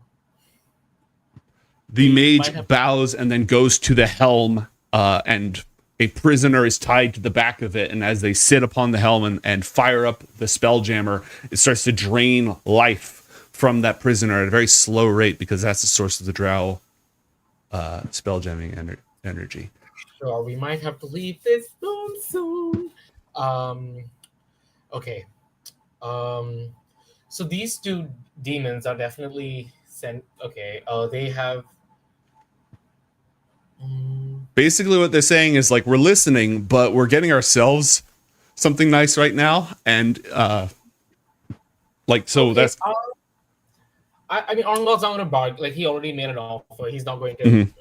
He's not going to. He's like, suit yourselves. I will remember this exchange when the time comes. Cool. I'll turn that off. Oh, back to the other advisor who's around John Carmichael and everyone. She didn't tell me what she saw around her, did she? Correct. So she was the demon playing coy at first, acting like she didn't see anything. That was the demon talking to you. And then she sort of dropped the charade now that the Kaitine are revolting. Okay. So she didn't tell you what she ended up seeing. But she did tell you she knows that they're here to kill you. Yeah, well, old news. Does the other captain come up on my radar at all? Who's at the shop of poisons? The problem is that the captain's intelligence isn't high enough to stand out in the crowd. That being said, John, have you had a moment to cook up that thingamajiggy? I'm cooking up a lot of things. One sec. Okay. So in that case, roughly at that exact same moment, Arangal, you would get a message from your agents at the shop saying that the captain is here. He's not alone. He has a drow escort. House Hlaneld, assassins. Who do they belong to a specific house? Yes, House Hlaneld. The sneaky, assassin-y types. I'm gonna make while my ship is running, I'm gonna make my way towards. I'm gonna communicate to the shopkeeper. Mhm. He knows who I am. I'm like, Yes, what's his you're name? right. Zarala. Can you say It's Zarala's what's his antidote. name? Zarala? What's the shopkeeper's name? Zarala. Oh, Arella. Okay. Yeah, Zarala. Okay. Arella, it is I, Orngul. Now, don't give away. Don't get that away just yet. Act absolutely normal. You see, I'm sensing there's someone in your shop right now. A certain, based on what I can see or can't see, there appears to be a rather dim-witted humanoid in your establishment. Yes. Amazing. What is he looking for? The antidote. Ah. Why don't you? How long would it take for me to get there? It would take you probably at least 30 minutes. Because it's up How near far? the surface. Okay, so And that's without traffic. Mm-hmm. I can just fly. I mean, You could take a ship down through the tunnels, one of the small ships down through the tunnels to make it much faster. Sure. You know what? Let's do that. I'm going to tell the shopkeeper. Why don't you keep him there for a while? I would like to see this specimen in person. While that happens, I'm going to communicate to any drow from any of the families that are still loyal to the queen within the area to form a blockade around this shop. Mm-hmm. Okay. And I would get into a tiny vehicle and I would make my way downtown. Making my way downtown. Walking fast. Eating brains. Yes. I'm also going to tell, if I do have another action slot, I guess, I'm going to let the queen know about the fast-pacing spiders or creatures that are approaching, and they can do whatever they'd like. I'm also going to blame John Carmichael for this. Okay. Yeah, by the way, can I just chime in? You keep throwing around the name John Carmichael. Where'd you get that name? Not from John. Correct. Oh. You don't even know he's human. You don't even know if he's not a drow. You just talked to an intelligent person. But you do know the name. How would I have known the name? The Yoklol said the name. Yes, that's how I know the name. Aha. And in my experience, I haven't heard of a drow coming up with a name as unimaginative as John Carmichael. So I'm going to assume doesn't seem to ring any family descent, nothing. It just seems.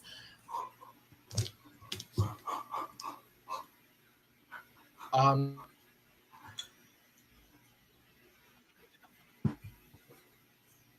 think I just lost Bombay on the stream. Are we all just briefly? Just briefly. Okay. Yep, you're back. You're back. Yeah. And I'm going to let the queen know that there is a huge army of a horde of little spider things heading towards the way. They can do whatever they'd like, in terms of their city defenses. I assume. I don't know if they're coming towards me. I don't think they're coming for me. You would have on your mental radar, they are heading towards the palace. All right, so I'd let the queen and all the respective authorities know that, defense is up. A bunch of critters are coming your way. Critters sent by a non-drow, at least, called John Carmichael. What the fuck is a John Carmichael?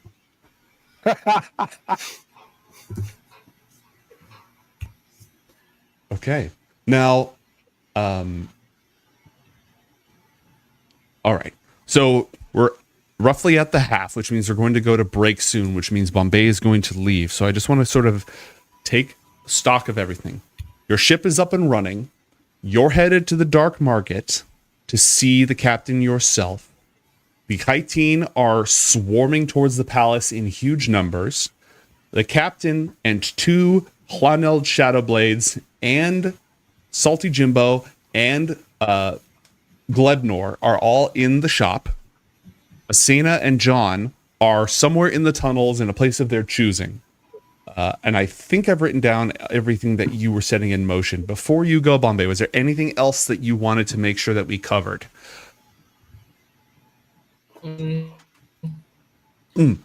Also, actually, do you have a few more minutes, because we might need to keep you here, because otherwise I'm gonna have to lock Abhorra in stasis, because you're on your way right now. You know what I mean?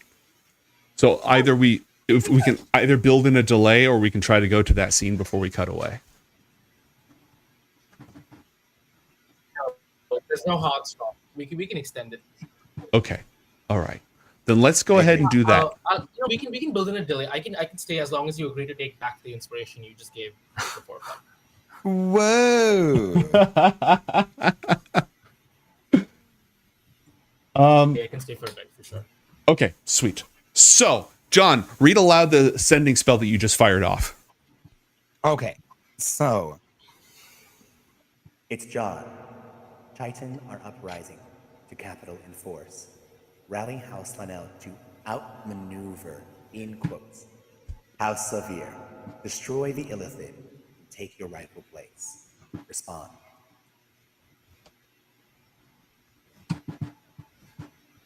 Gratitude.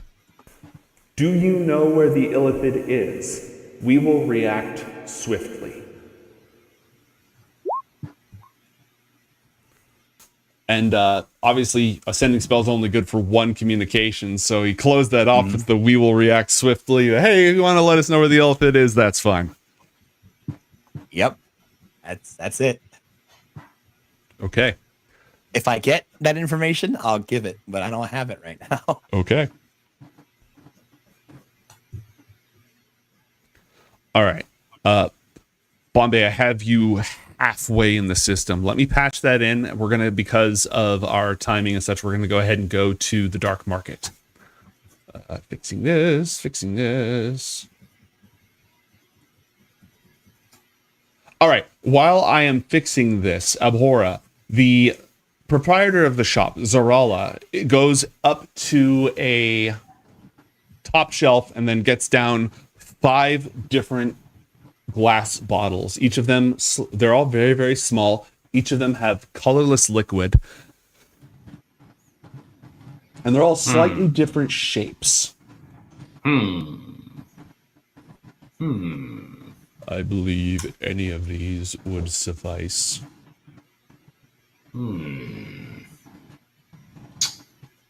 Yeah. I pick one up at random. How much is this one? This one.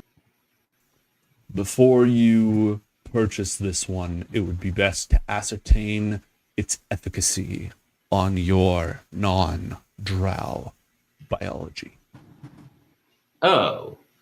So these are drow only antidotes, eh? That remains to be seen. The theory holds that they should work perfectly functionally with you. However, I would not want to sell you something of an unspecified efficacy.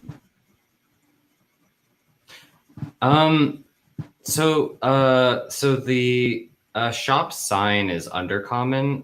Do I speak Undercommon? I don't believe you do, otherwise this adventure would have gone very differently. So I walked into the potion shop. Mm-hmm. I'm looking for Zarala's antidote. Mm-hmm.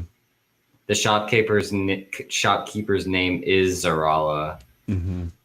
but I have no way to know that. Correct. They have not identified themselves by name. The signs are not readable. It's not in my nature to ask what somebody's name is, so. Right. It's on brand. So I think, well, I was told to come here by a dream. And as far as dreams go, it was very odd. It was just a voice, a disembodied voice talking to me and said I needed to come here and buy something. I can't remember what it was. It's a word that starts with a Z and ends with a couple of L's and R's and O's. I can't remember. I apologize. I misunderstood. That is a very specific order. It is reserved only for elite customers. The shopkeep starts like sweeping up and removing everything else that was set out. I will prepare this for you. In the meantime, please make yourself comfortable. And 2 giant spiders pull out a enormous couch that's like stuffed with, it's got like, again, like all these leg shaped, spider leg shaped backs to it, and these velvet red cushions, and the spiders just sort of like drop it and then into the back. Do you have any furniture that's not creepy? Like something with regular legs, or is everything just kind of spidery here? It's kind of our thing. Tell you what. And Zarala walks over and pulls the cushions off the couch and just puts them on the ground, and then instructs the spiders, who then drag the now just bare spider leg couch frame back into the back of the shop. Well, I guess that's where the phrase "don't look a gift spider in the mouth." Am Right. I killing here or what? Do you have any coffee there, shopkeep? I'm sorry, what was your name? Puppy. I don't think we're familiar with that. I'm sure we can procure a beverage. What are the qualities of this coffee that you seek? Oh, just something hot, something energizing. Goes great after dinner or for breakfast. Or do you have any kind of tea? Or Yes, I will brew that immediately. Please wait for the water to boil. Glebnor, while he's distracted, steal everything that isn't bolted down. I think that's probably a good choice here. And Glebnor just like sort of exudes a pseudopod and engulfs a bottle, and then it just warps right back in, and you see this potion just hidden within the armor. Good. And I take whatever tape dispenser or staple clip holder is, and I put it in my jacket pocket. Okay, roll a sleight of hand check.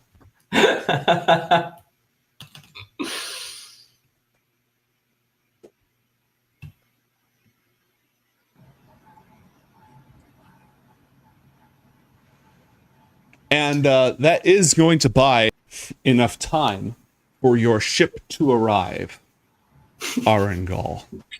What did I miss? I'm sorry, I kind of went in and out, but Oh, Arengal didn't miss anything. What Bombay missed was Zarala absolutely stalling the crap out of the captain, and then the captain stealing things from the shop.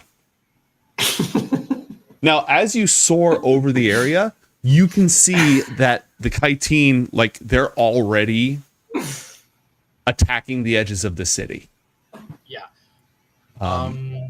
It's a bloodbath out there. And the Illawarra and some of the other Drow families, I mean, at this range, this high, it's impossible to tell who works for who. It's not like they walk around wearing their house colors. That would make it too obvious. But yeah, the battle has started, and it's going to be a bloodbath. All right. Have a few drow formed like a little barricade around the shop? Yes. Upon your arrival, you notice that some House Zalvir loyalists have indeed formed up around the area. All right. I'm going to land outside the door. There. Is the door open? Let me see. I'm gonna see if I can whip up a battle mat here, because I wasn't expecting, just in case things get ugly. Yeah, this isn't exactly right, but we're gonna use this for the time being. It should actually be much smaller than this, but you know, fuck it, we ball. Captain Flig, Glebnor. The door of the shop is closed, and the House Zalvir agents are standing by with steel bared and ready to go. I can sense where the captain is. Where is the captain? The captain is inside. But I can't see him through a window or anything, right? Correct. This is a shady shop for shady dealings. They don't. Sure. I'm going to. I see this happening around me. I see that there are these little spiders. There's something. I can eat all these mines. I know things are getting chaotic. I'm not going to wait around. I'm going to open the door and cast Eye Bite on the captain. Okay. I'm going to try and. Go ahead. You have to. It's a spell that lasts a minute. You need to. It's a wisdom saving throw. And what I'm going to do is I'm going to make you fall asleep. All right, so roll a whiz. So first off, I would like both of you to roll for initiative. Then I would like... And Arangal, you have a good chance... Surprise. What was that? Surprise. I knew he was there. I'm going to surprise him. He's there. He's not alone. That's... Okay. So you probably are going to pull this off. Are you just busting down the, like, no one's going to stop you. You can just open the door. The thing is, when you open the door, those are 2 Shadowblade assassins in there. So the moment the door opens, they're going to like pull weapons and spring into action. You would know that that is going to be their behavior. Because they in this city, you always assume you're about to get got. And the assassins are drow as well. Correct. House Laneld. House Lanel. Okay. Ooh. Who do they owe their loyalty to? What was that, Matt? I was going to say, you know how amazing it would be if we spent all this time planning for the assassination of the Illithrid and they just get themselves killed by a couple of schmucks? Yeah, like, how amazing would that be? Captain Frank was like, give me a couple of assassins. It's fine. They worked for Guildmaster Flitch. Okay. I'm going to. Yeah, sure. I'm still going to do that. I'm still going to use like I've got a whole legion of drow behind me and the shopkeeper. Yeah, we've got enough money to do assassins and the captain. I'm still going to go ahead with my plan. Okay. Then I'm going to roll initiative for the Shadowblades. Right now you have it with a 17, and we're going to check in on John and Asain in a moment, unless the two of you want to step away for the break since we're in this. Damn it. We could break. Okay, yeah. Pods, Matt, take 5. take like 7. Sounds good. All right. Okay. So Arangal, you still go first. Damn it. All right. I cast Eye Bite. Okay. Sorry. Actually. Mm-hmm. Oh, all of those things.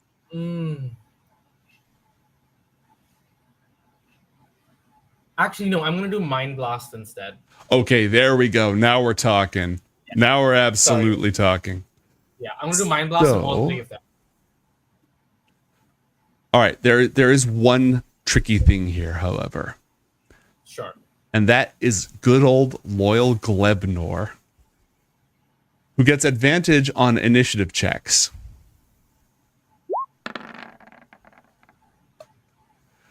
Oh. Ha!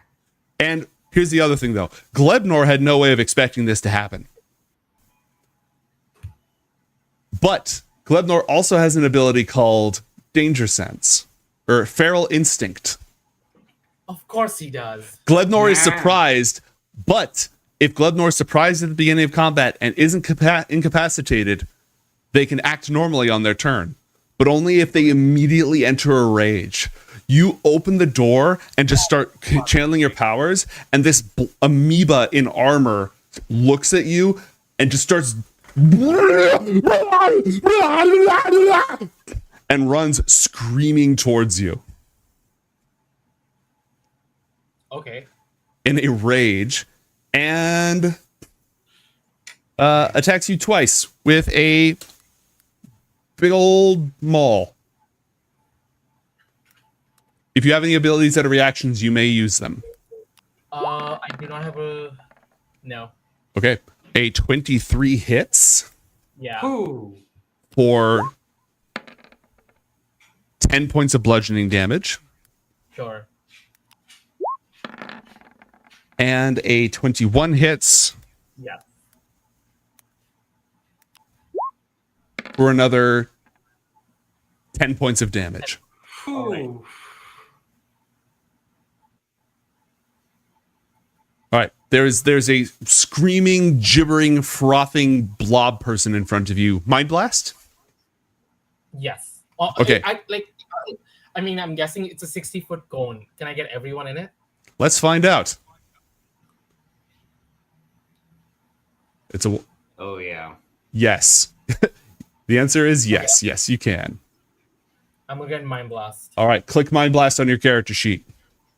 I like to imagine the squid person opens the door and the captain's like, well, hello there. Yeah. I'm more like Lebnor. What's gotten into you? Okay. Captain, roll an intelligence saving throw. Oh god, this What is is- not gonna be good. Doesn't something happen if they fail the throw? Don't they? Oh, yeah. They're stunned. They're stunned. Yes.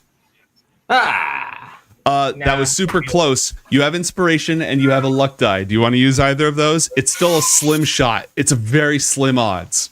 I gotta use it, I'm afraid. Oh, Okay, we're burning the luck die. Roll again. Do you want to burn the inspiration as well and just throw everything at this? I see him trying to resist, and I'm like, don't even. Just bother. don't. Do you want to burn the inspo? Keep resisting. I. Roll one more time. Oh my. All right. Bombay, Enough! roll 40, 12 plus 5, please. Me? Yes. Can I just hit the attack? Oh, It yeah. didn't go off for some reason. Like the Oh, character sheet, the default Illithrid character sheet is not set up to automatically roll for you. You can take the Oh, 31 if you want. You can just say screw it, it's 31 points. I'll take 31. Okay. 31. Okay. Okay. Abhora, you have one more thing. You have a special ability called Indomitable.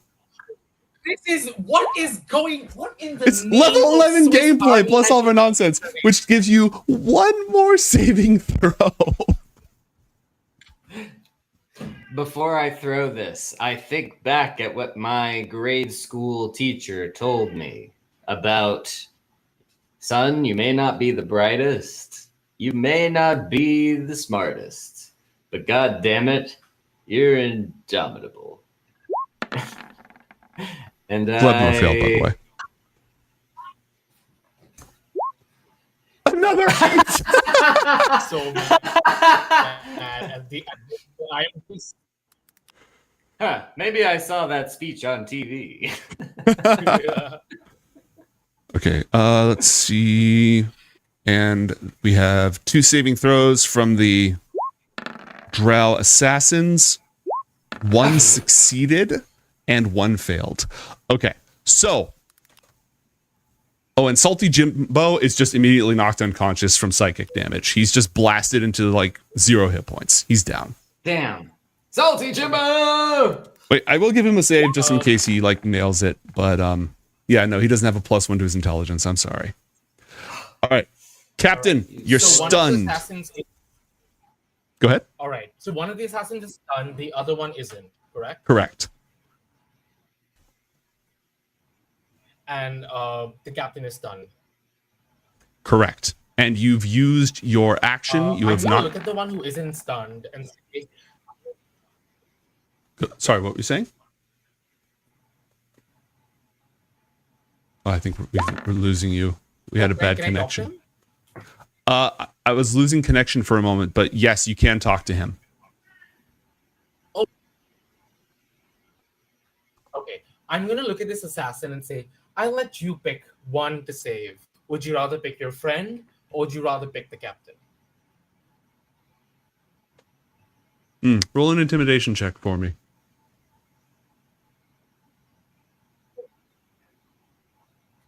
Intimidation. I don't.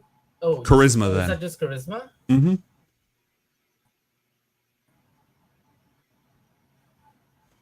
Yeah. Okay, I clicked it, but I don't know if it went through. Thing. It's not going through. That's Oh, weird. shit. Wait, let Okay, me click there it this went. character sheet again. I completely forgot about Oh, there's now something. Dresmorlin is in here as well, and Dresmorlin would also be caught in the blast. All right, so I rolled a 19. Oh, actually, yeah, I rolled a 19. Okay. Also, there was another drow in the room whose head just exploded. Collateral damage. He'll clean it up. You don't even need the drow doesn't even need to respond. That's a look of acquiescence. Sure. While Abora is stunned, I guess they don't have an action. I guess On Abora, at the end of Abora's turn, you get a new. At the end of each of a stunned creature's turns, they get a new saving throw. So there's a chance they can At the break end of out the of it. okay. I'm going to. While that happens, as for my last thing, I guess I do on my turn. I'm going to ask all the drow behind me, like the guard, to capture Abora, capture the captain, take him to the ship I was prepping. Okay. Captain Flig, it's the end of your turn. You're stunned. Roll another intelligence saving throw. I think back at all the Jeopardy I've watched, and I pull on my very last brain cell, and it fails. Okay. The two drow move into the room. Actually, one of the drow moves into the room and grabs the captain and starts dragging him towards the door. And the other drow looks at the stunned amoeba in front of you and says, "What about this one?" What is this? Like, who is this amoeba? It's a plasmoid. It's a type of they're a sentient life form that's amorphous, but they're intelligent. Yeah.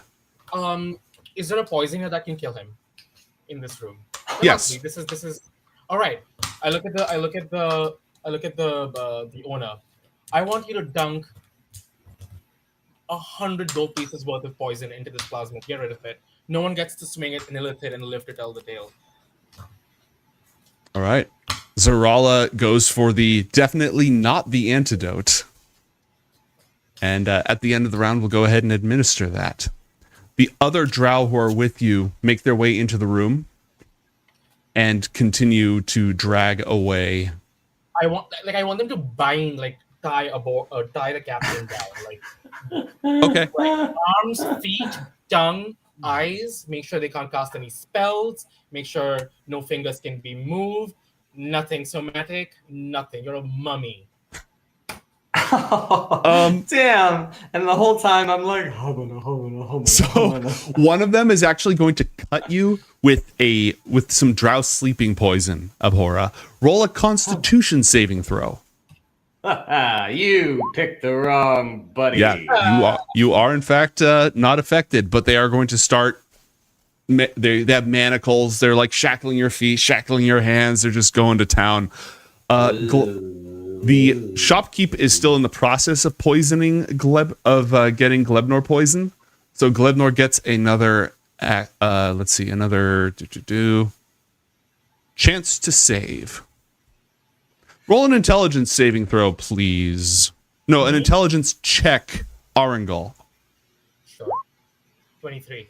Plasmoids are resistant, but not immune to poison. And acid. All right.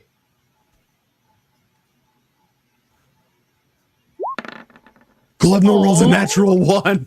Oh, Arangal, so it's sad. it's your turn. Captain Flig, on your next turn, you're basically going to get one more save, and if that doesn't go your way, then you're getting dragged off in chains. But first, Arangal, you get another action if you want to use it. I'm gonna restrain him with my tentacles while they do that. Oh, Okay. I should actually take a bite of your brain. Hold on.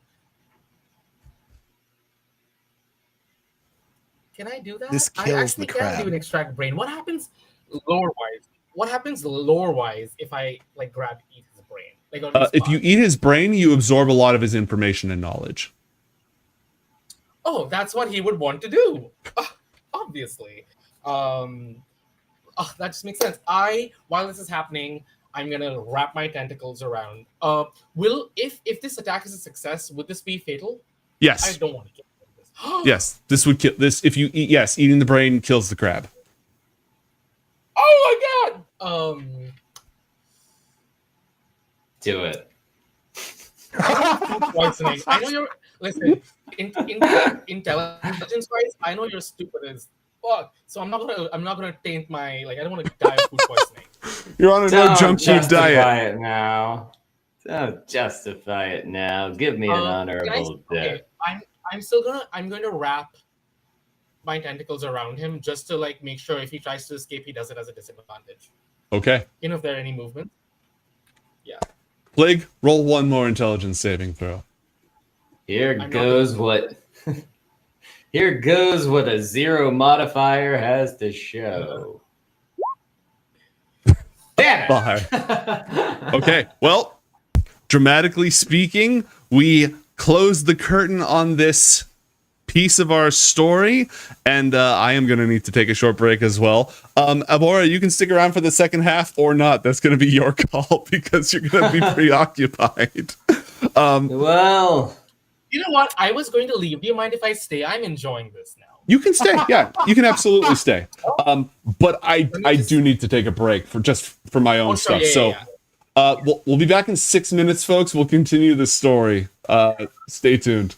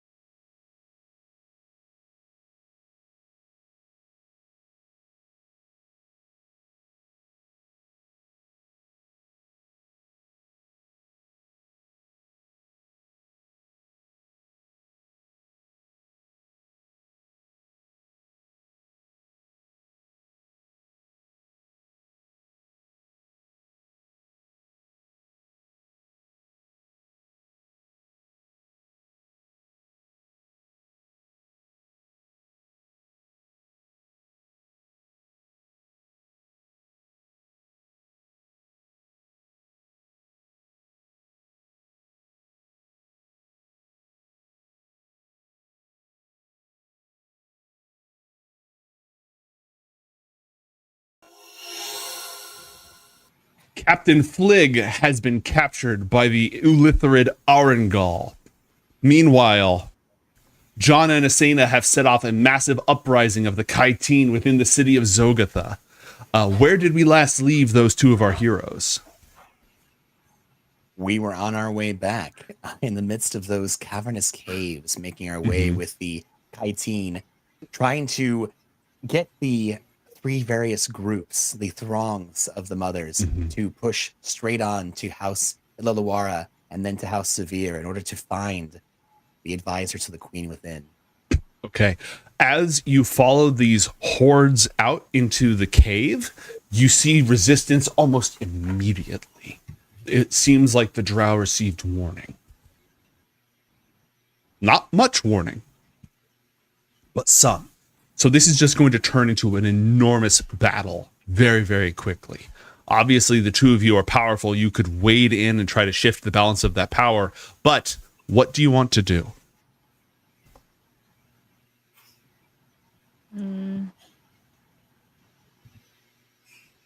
I don't think we want to be fighting with these little guys.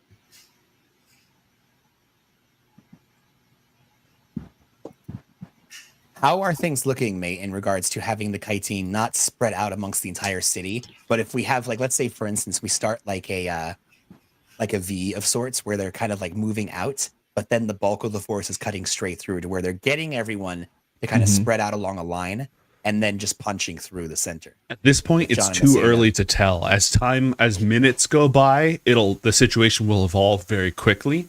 But this is your first sort of just contact is made. Do you watch and wait? Do you shift around? What do you do? Because again, it's gonna the battle's gonna evolve over the course of minutes. I mean, we can join the battle for like making our way through, right? Just punching through the main defenses. Yeah, I think not being too flashy, so that way we can start softening up certain spots. Okay, so you want to sort of attack from stealth more than anything else? I think so, right? Pods, what do you think? Stealthily attack? I don't know. Kind of help move things along, or should we be right out there in front and center just going for it? I just figure we should just run through as fast as possible. So kind of use this as like Get to the big guys. Okay. So you want to slip through the chaos then? As the lines are forming. Yeah. Okay. Of course, with the intention that the Kytine know that they're supposed to be punching directly through the center, so maybe they'll eventually catch up with us if things go bad for us. I want to reiterate, this is not like an organized military group, right? This is a swarm of spider monsters pouring forward, and you're just kind of like trying to get them to go this way. But once they start just going in, it's just blood in the streets. It's just all chaos and destruction. So it's not very controlled. A perfect time to slip through. Oh yeah. Like you want to play commander here? It's doable. But if you do slip through, where are you going to go? Well, I think we want to ride this as long as it's going to go before we eventually stop. So is this accurate to where we are right now? Where you are right now. But the two of you are stealthy. You don't even need to be in the throng. You just use the chaos and slip through the streets and try to avoid detection to get to your target. It all depends on how you're trying to play this. Well, there's just the two of us right now. Well, the two of us and our buddies. Dargan and Chester. Do you want to bring Dargan and Chester with us in our main assault? We can leave them if you want. I just think it might be easier for the two of us to slip in than bringing them. They might be a bit of a help, but they also might be something we have to worry about, somewhat of a liability, you know? If that's the we case, have to make sure we catch up with them later, though. Sure. So the reason I ask is because I can easily turn two of us invisible without really a problem. The more of us are involved, the more it's going to cost, which isn't awful. But wait a minute. Actually, hold on a second. I have an idea. Yeah. Easy. Invisibility. It says that anything you're wearing or carrying also becomes invisible. So you're strong. I don't need to be strong. You pick up your dragon, I'll pick up my cat, and let's go. As a familiar, Chester counts for this. There's special benefits for familiars. Dargon is a third creature. Even if carried, Dargon is a creature. Oh. Okay. Well, then I guess So if I'll you use- spin the spell slots in order to do 3 of us. Okay. We could Invisibly. just tell Dargon to eat whatever it wants. True. Well, I mean, I guess they have flight. They can fly well overhead, I suppose, and then dive down in when the time is right. Yeah. Okay, let's do that then. You want to just loose Dargon on this place? Yeah. What is Dargon? Dargon is a wormling void dragon. Oh. Oh. Convenient. Yeah. The Dargon. All right. So is Dargon going with you, or is Dargon flying around and doing stuff? I would say Dargon's flying around doing stuff then. Is that okay with you, Pods? I'm okay. Okay. And I don't then think he can get into too much trouble that he can't get out of. with Whatever. with invisibility on you and using the cover of the uprising, where are you going to try to reach? Well, as far as we know, that the Illithid is supposed to be the right hand of All right. the queen, so So you want to sneak into the palace? that's what I would think. Yeah. Okay. Roll a stealth check, each of you, with advantage, please.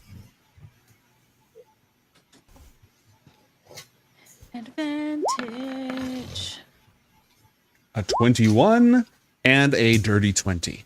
Okay. It's going to take you several minutes of making your way through the city. It's like half a mile between here and there. And it's half a mile of deadly alleyways filled with murderers and now this chaos emerging.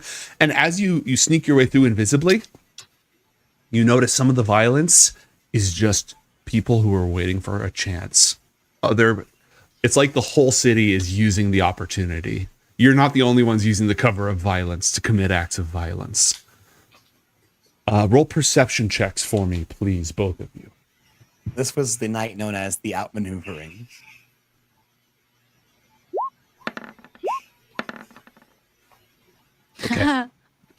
John, you also notice stealthy assassins, more freaking ninjas, moving through as House Planeld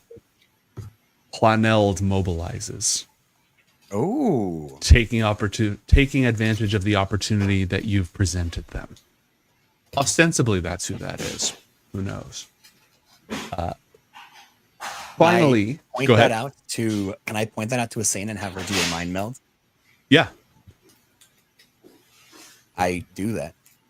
Okay.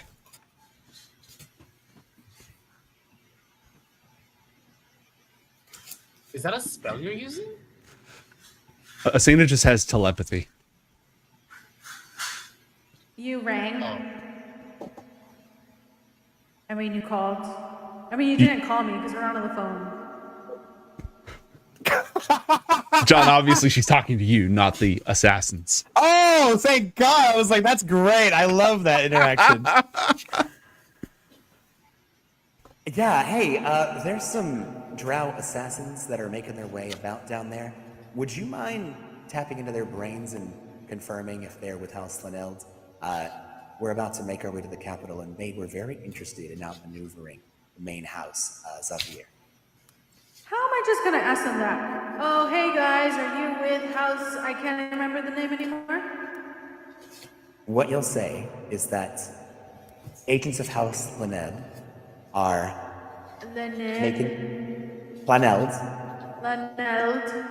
are en route to unseat route. House Xavier. Can I skip that one? Sure. Just say we're heading to the big guys. This is very difficult. Just say we're heading to the big guys to outmaneuver them. You should join us for spoils. Okay. Okay. You got this. Hold, please. Asana's Patching gonna you try to in. talk to the drow. Mm-hmm.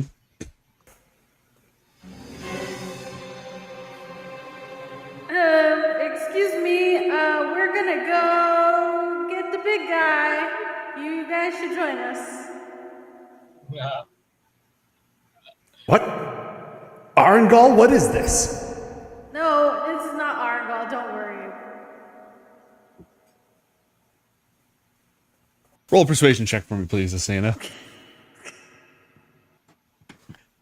I am not good at this. The thing about Arengal is, what if you didn't want him to I know. ever do this What again? what if I should have been Arngol?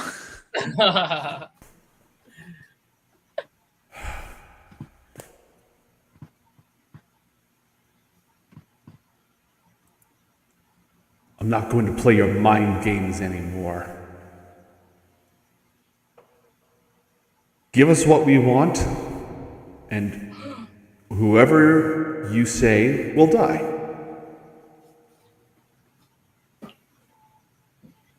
Uh-oh. Even the Spider Queen?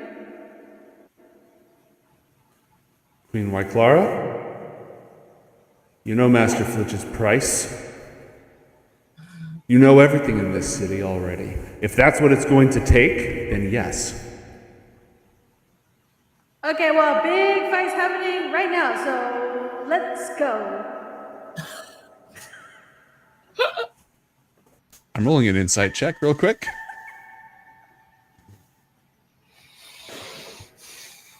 And while I do that, Arengal, where are you taking the captain? I'm taking the captain now, who is bound and gagged. Correct. Oh, I'm gagged, honey. Yeah, she's. I'm taking the captain to the ship that I was preparing.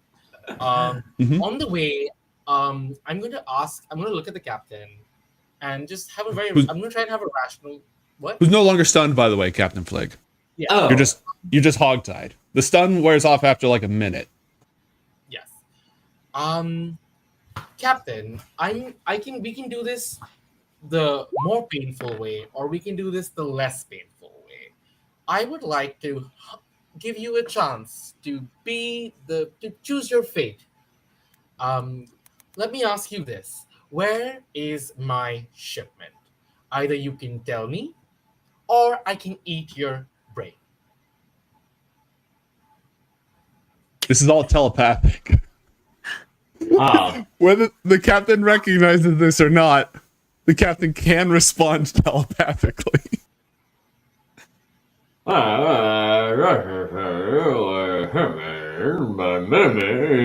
like to eat my brain,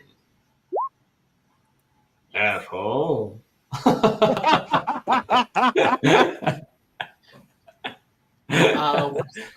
What is the captain saying to me? Wait, wait, 1 second. He's not Actually, responding telepathically. You're sending telepathic messages and he's not responding telepathically. He's trying to talk. I will gingerly remove his mouth gag. Thank you. What I was saying is, why don't you bite me, you squid-looking motherfucker? Look, Abhora, I want to clarify that Yeah, please it do. is possible for you.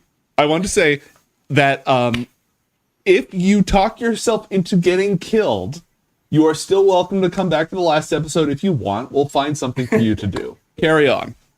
Glebnor. He could be Glebnor first of all, but yeah. Absolutely. So yeah, what is the captain saying to me again? Just what? What did you do to my first mate? I hate people who answer questions with another question. Captain, where is my shipment? And I'm going to cast Detect Thoughts. This dumb squid. Doesn't he know I don't know where the stupid shipment is? Stupid, dumb calamari breath. Oh my god. Roll an intelligence check. First off, yes, all of those things. Yes, absolutely.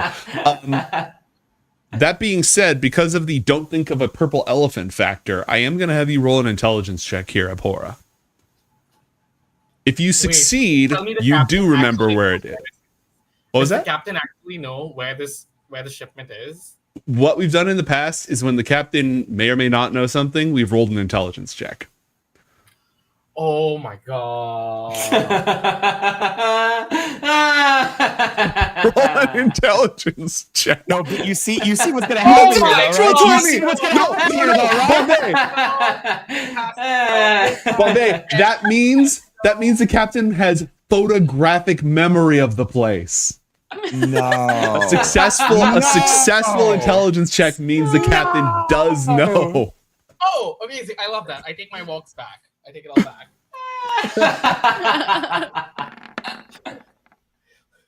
The shipment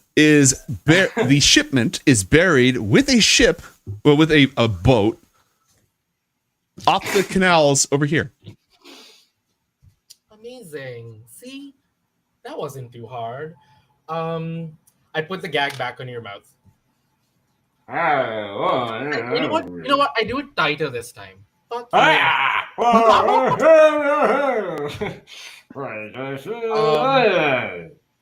Okay, I'm gonna send a bunch of drow.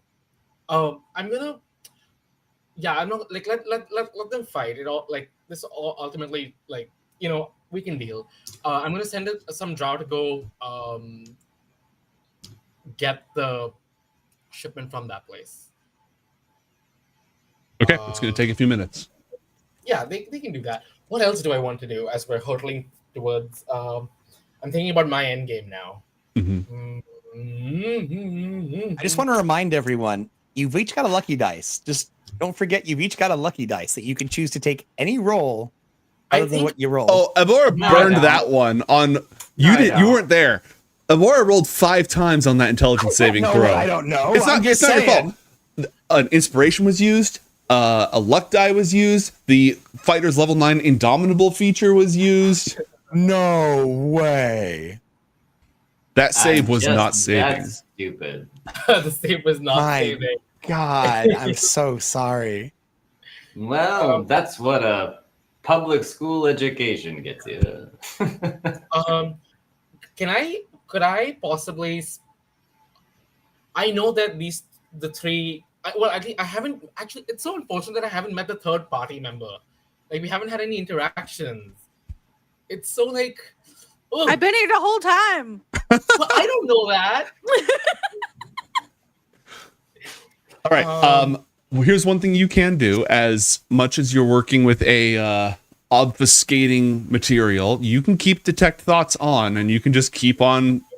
Oh yeah. Mentioning essay prompts and seeing what pops up.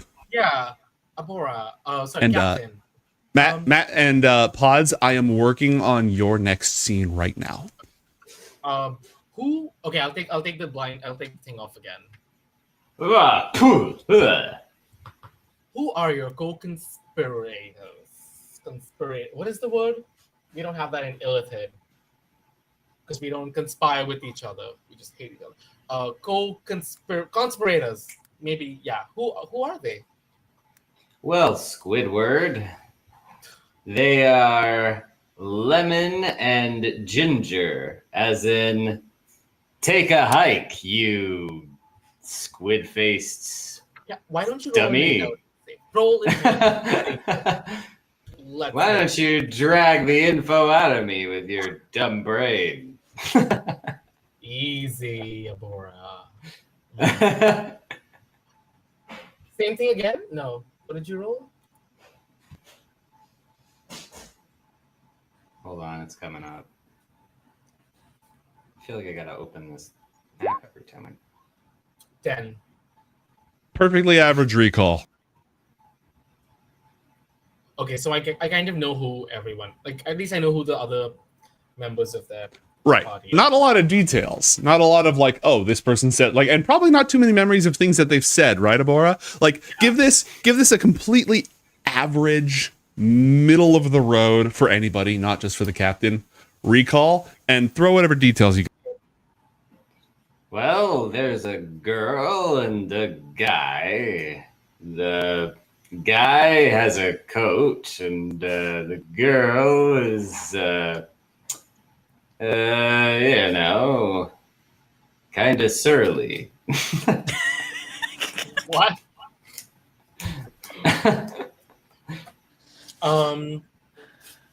Okay. I would like to. How long? Oh, I don't know how long they've been adventuring together. I would love. Yeah. Uh. Okay, John Carmichael.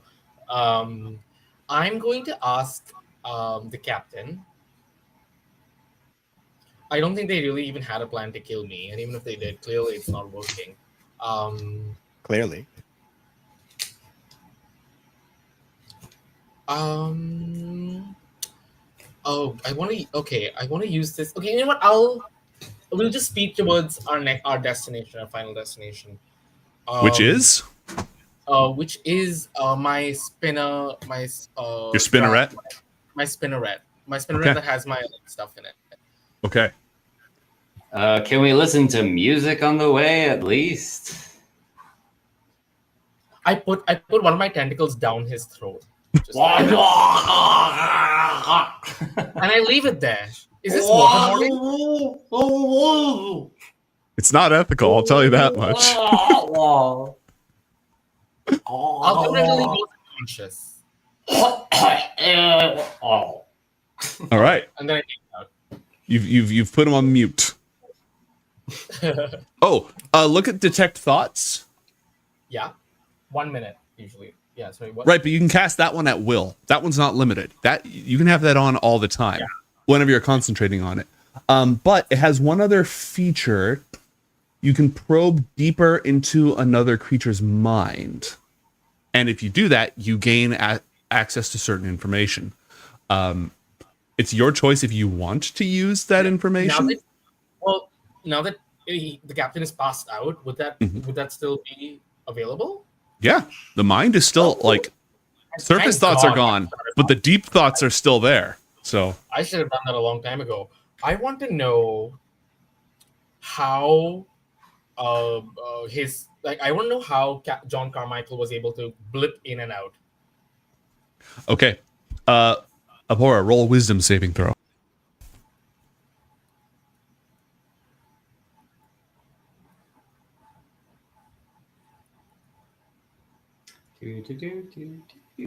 And while you do that, John and Asina, as the violence spreads further and further, that is an 18 on that saving throw. Whoa! So that now that being said, here's the problem. You can just spam that. Sure. There's nothing saying you can't just keep casting that. Yeah. But that, with all that said, John and Asina, the capital hangs in a series of enormous webs, a spun palace of metal. Clearly, on this mineral poor world, this is a sign of decadence, and it's not even that great. Yes, John, go ahead.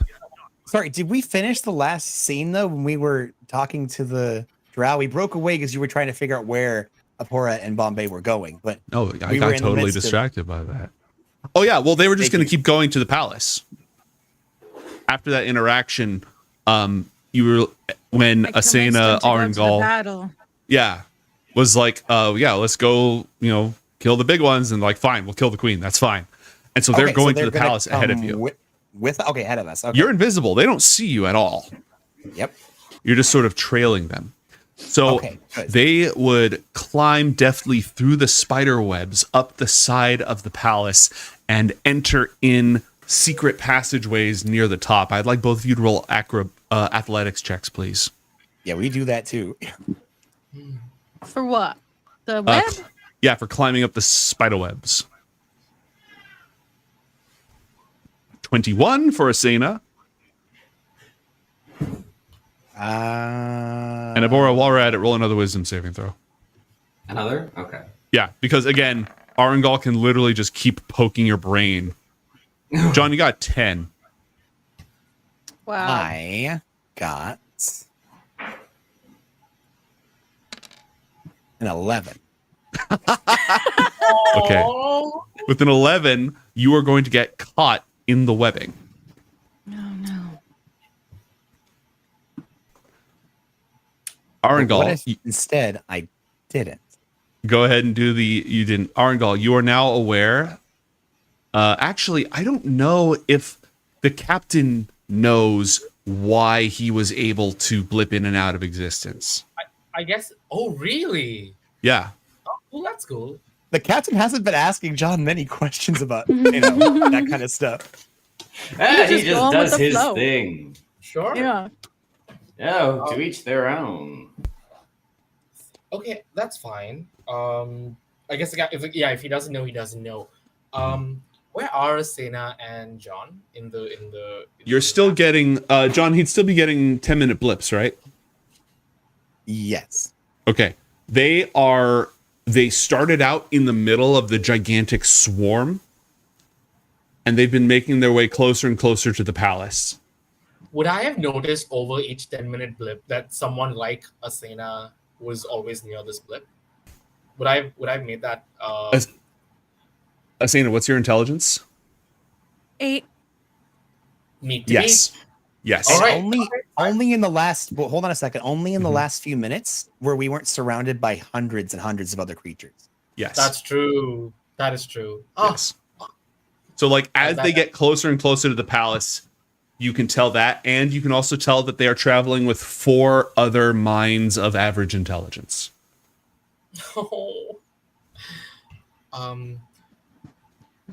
And so John's caught in a web, but I don't know Right. that. You So wouldn't, here's wouldn't the be thing. aware of that, but he is caught in a web, unless you were about to do something about that, John. A little bit, yeah. Okay, go ahead. And So as John begins to get stuck, he realizes, activates his infernal charm. It still isn't good enough, and he's going to be whispering out to Asena like, "Hey, hold on, I'm stuck. Come back here and get me." Okay. Bombay, were I you will asking? go back and try and save him. Okay. Do sleight of hand, please, to try to untangle him from the web. Arangal, are you still probing the captain's brain, or were you doing something else? How far are we from my ship? By the time they reach the palace, you have pretty much reached your ship. All right. I'm guessing some of the drow are with me as well. Yes. You have a crew of drow on board your ship ready to go with you. It has a full contingent. I'm gonna tell the drow I want the captain sedated and put into my ship. I don't want I'm basically trying to remove as many variables to make sure my final plan works. Like I'm not even going to let him be. Well, it's a miracle I haven't eaten his brain yet. But let's just say there are more important things in my mind right now. I'm going to make sure the captain is sedated and put into the. How many rooms does the ship have? One moment, please.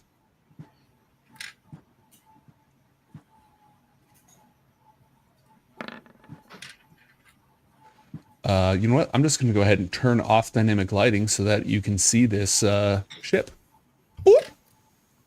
Oh, I love what I've done with the place. Oh, how lovely. Okay. Whoa. So this is the top deck. There's a lookout tower that also goes down to the hold. This is if you go all the way down here, you can see the lookout tower. Here's this little staging area. The piloting deck is all the way at the bottom. There is a hold right here. I think there's like a room you could just throw somebody into. Right. I would like to put Bora into that room. Okay. And while that happens, I'm going to mentally communicate with. Or if I can't find John Carmichael, I can't communicate. It's just like a blast. Right. So you have to make contact, but you could try to communicate with the person who has been following him around for the last few minutes. That person Sure. is not concealed from you. What a lovely introduction this is going to be. And this is as Asena is untangling John from the web. Yeah, okay. I'm going to tell because I don't know anything about Asena at this point. I guess I have a description from the captain's memories. Surly. Surly. I'm going to say, it is me, Orangal. I have your captain. Am I supposed to care about the captain? Fair enough. Okay. I'm not going to waste my time anymore. Like, Understandable, what I say. I'm like, okay. I tried.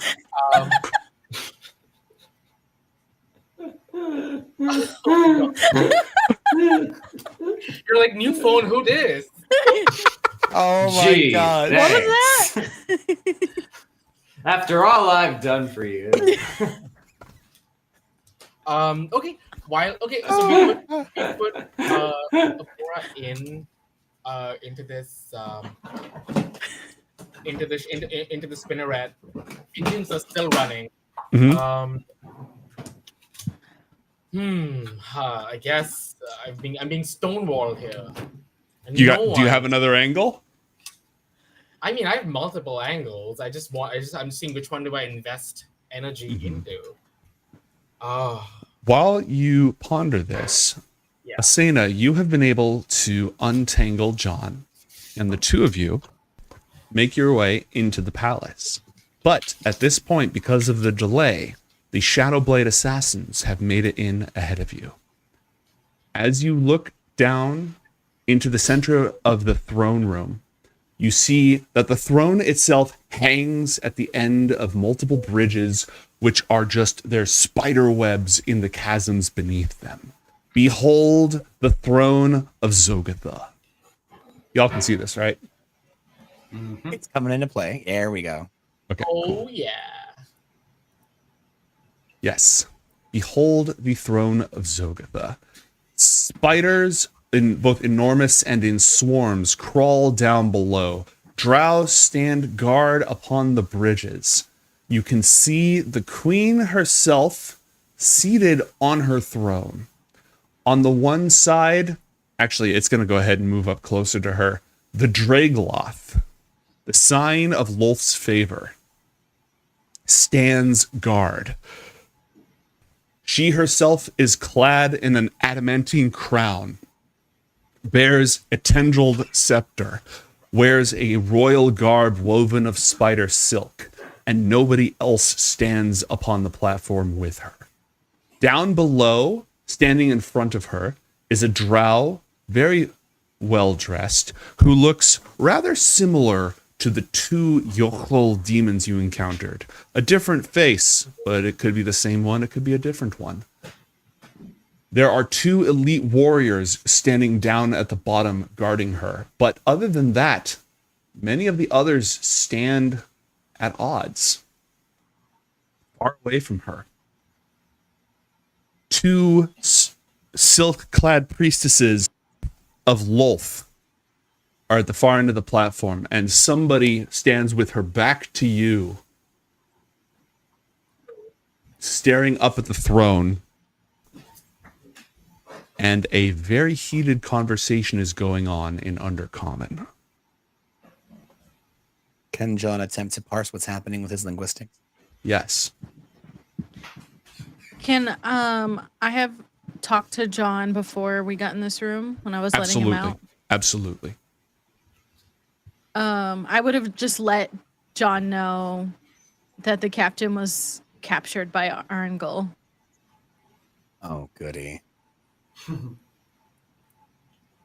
They didn't say where they were, did they?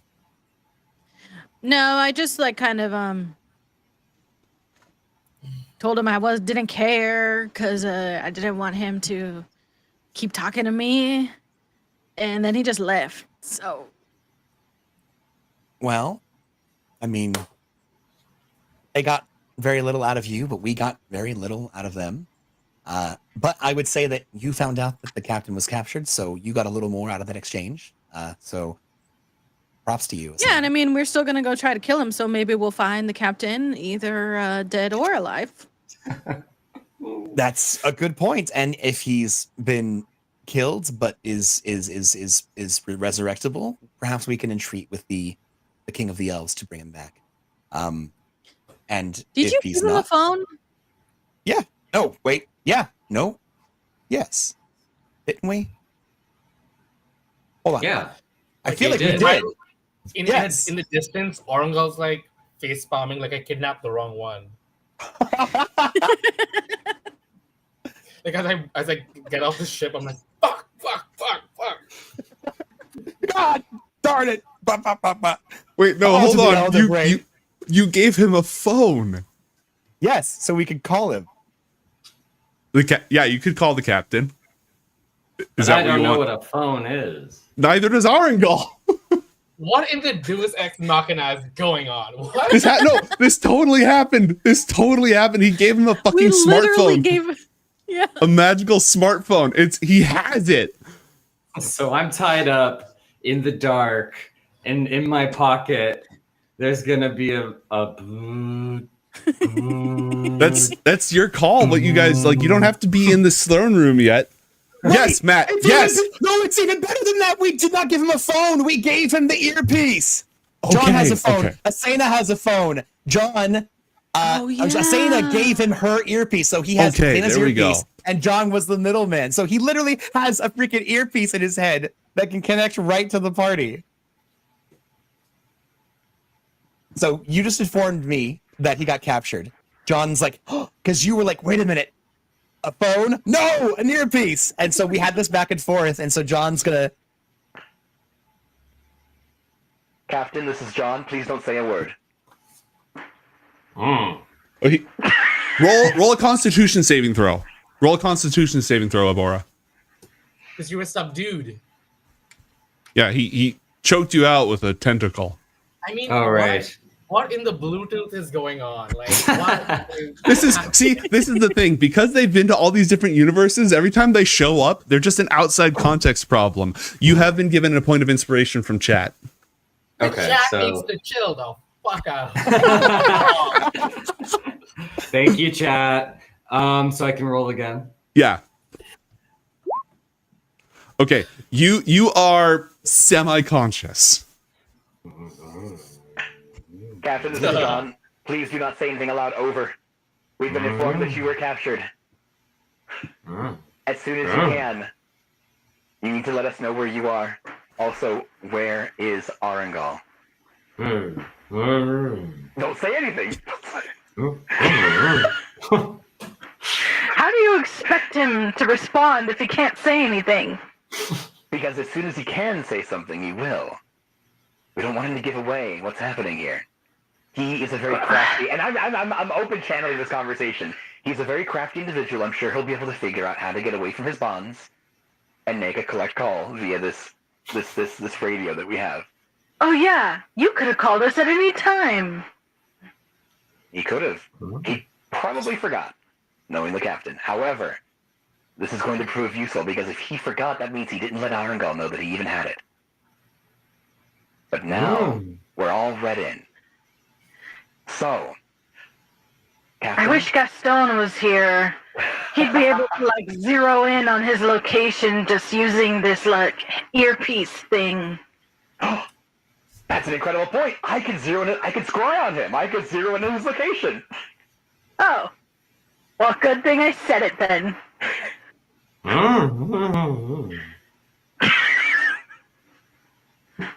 Captain Flib, we might have had our differences in the beginning, but we're gonna come save you. And then we're gonna kill Arengal. Yeah, just survive.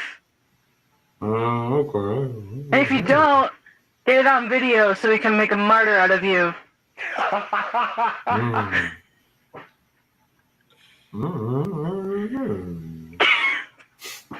Bombay, roll 1d6. Why am I rolling? What do I have to do? Let me hold on. Why am I? Give me 1 sec. Where did my browser go? Yeah, you can all carry on, by the way. You can all carry on. Oh, I know why I'm rolling 1. Okay. What is it? Okay, I'll figure it. I'll roll it. Yeah, you can. I'll just. Yeah. I'll roll it. Anything else in that phone call? Nope, I think we're good. Yeah, we're good. Okay.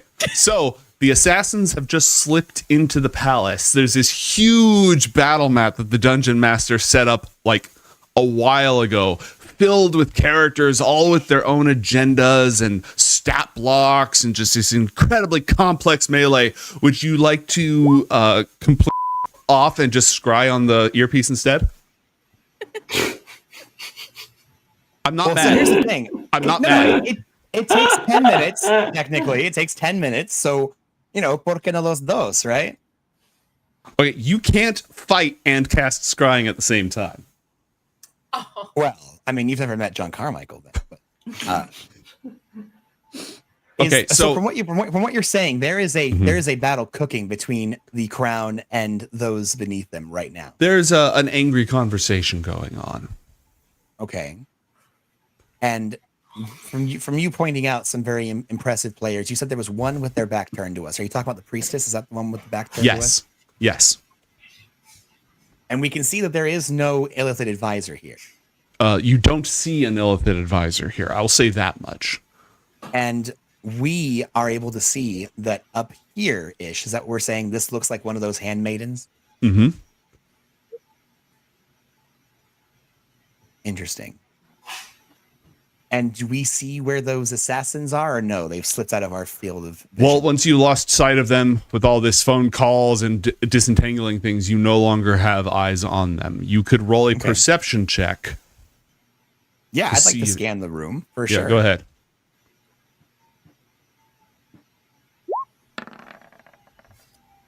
A dirty 20. Versus, I think I should probably hold on to my stuff. So no. Probably. Bombay, the reason that I had you roll 1d6, what were you up to during this, like after semi-strangulating the captain? What else were you doing? The next few minutes. Sure, my plan. So now that basically Orngol's plan was to hopefully, Orngol just wants this really smart, intelligent person out of the moon. I'm going to deduce a lot of these attacks. It isn't coincidence that all of this is happening now. He's going to try and he wants to set the stage. You have to bring the fight to him. But that doesn't seem to be the case because clearly I kidnapped the least of the least valuable person in that crew. At least that's what he thinks. He's then going to. He still wants to figure this garbage out. I would have sensed that everyone is in the throne room next to the queen. I'm going to open a channel of communication with the queen. Okay. Your Highness, are you okay? The Kytine are uprising, and Vuthonus is at my very neck. No, I am How not. may I be of assistance? Rid me of this priestess. All right. Okay. I will do my best. Please. If she can communicate with me, right, telepathically. You have to initiate contact. Sure. I will keep pinging you every 10 minutes to make sure you are okay.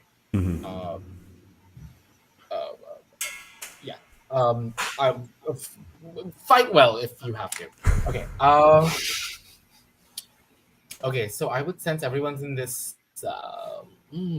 They're adjacent. The 20 and the 8 intelligence. The 20 is just boop, every few minutes. They're right outside the palace. Not quite in there, but right at the heart of it. Oh, I could kill. No, I don't want to kill everybody. I still might need some allies here. Oh.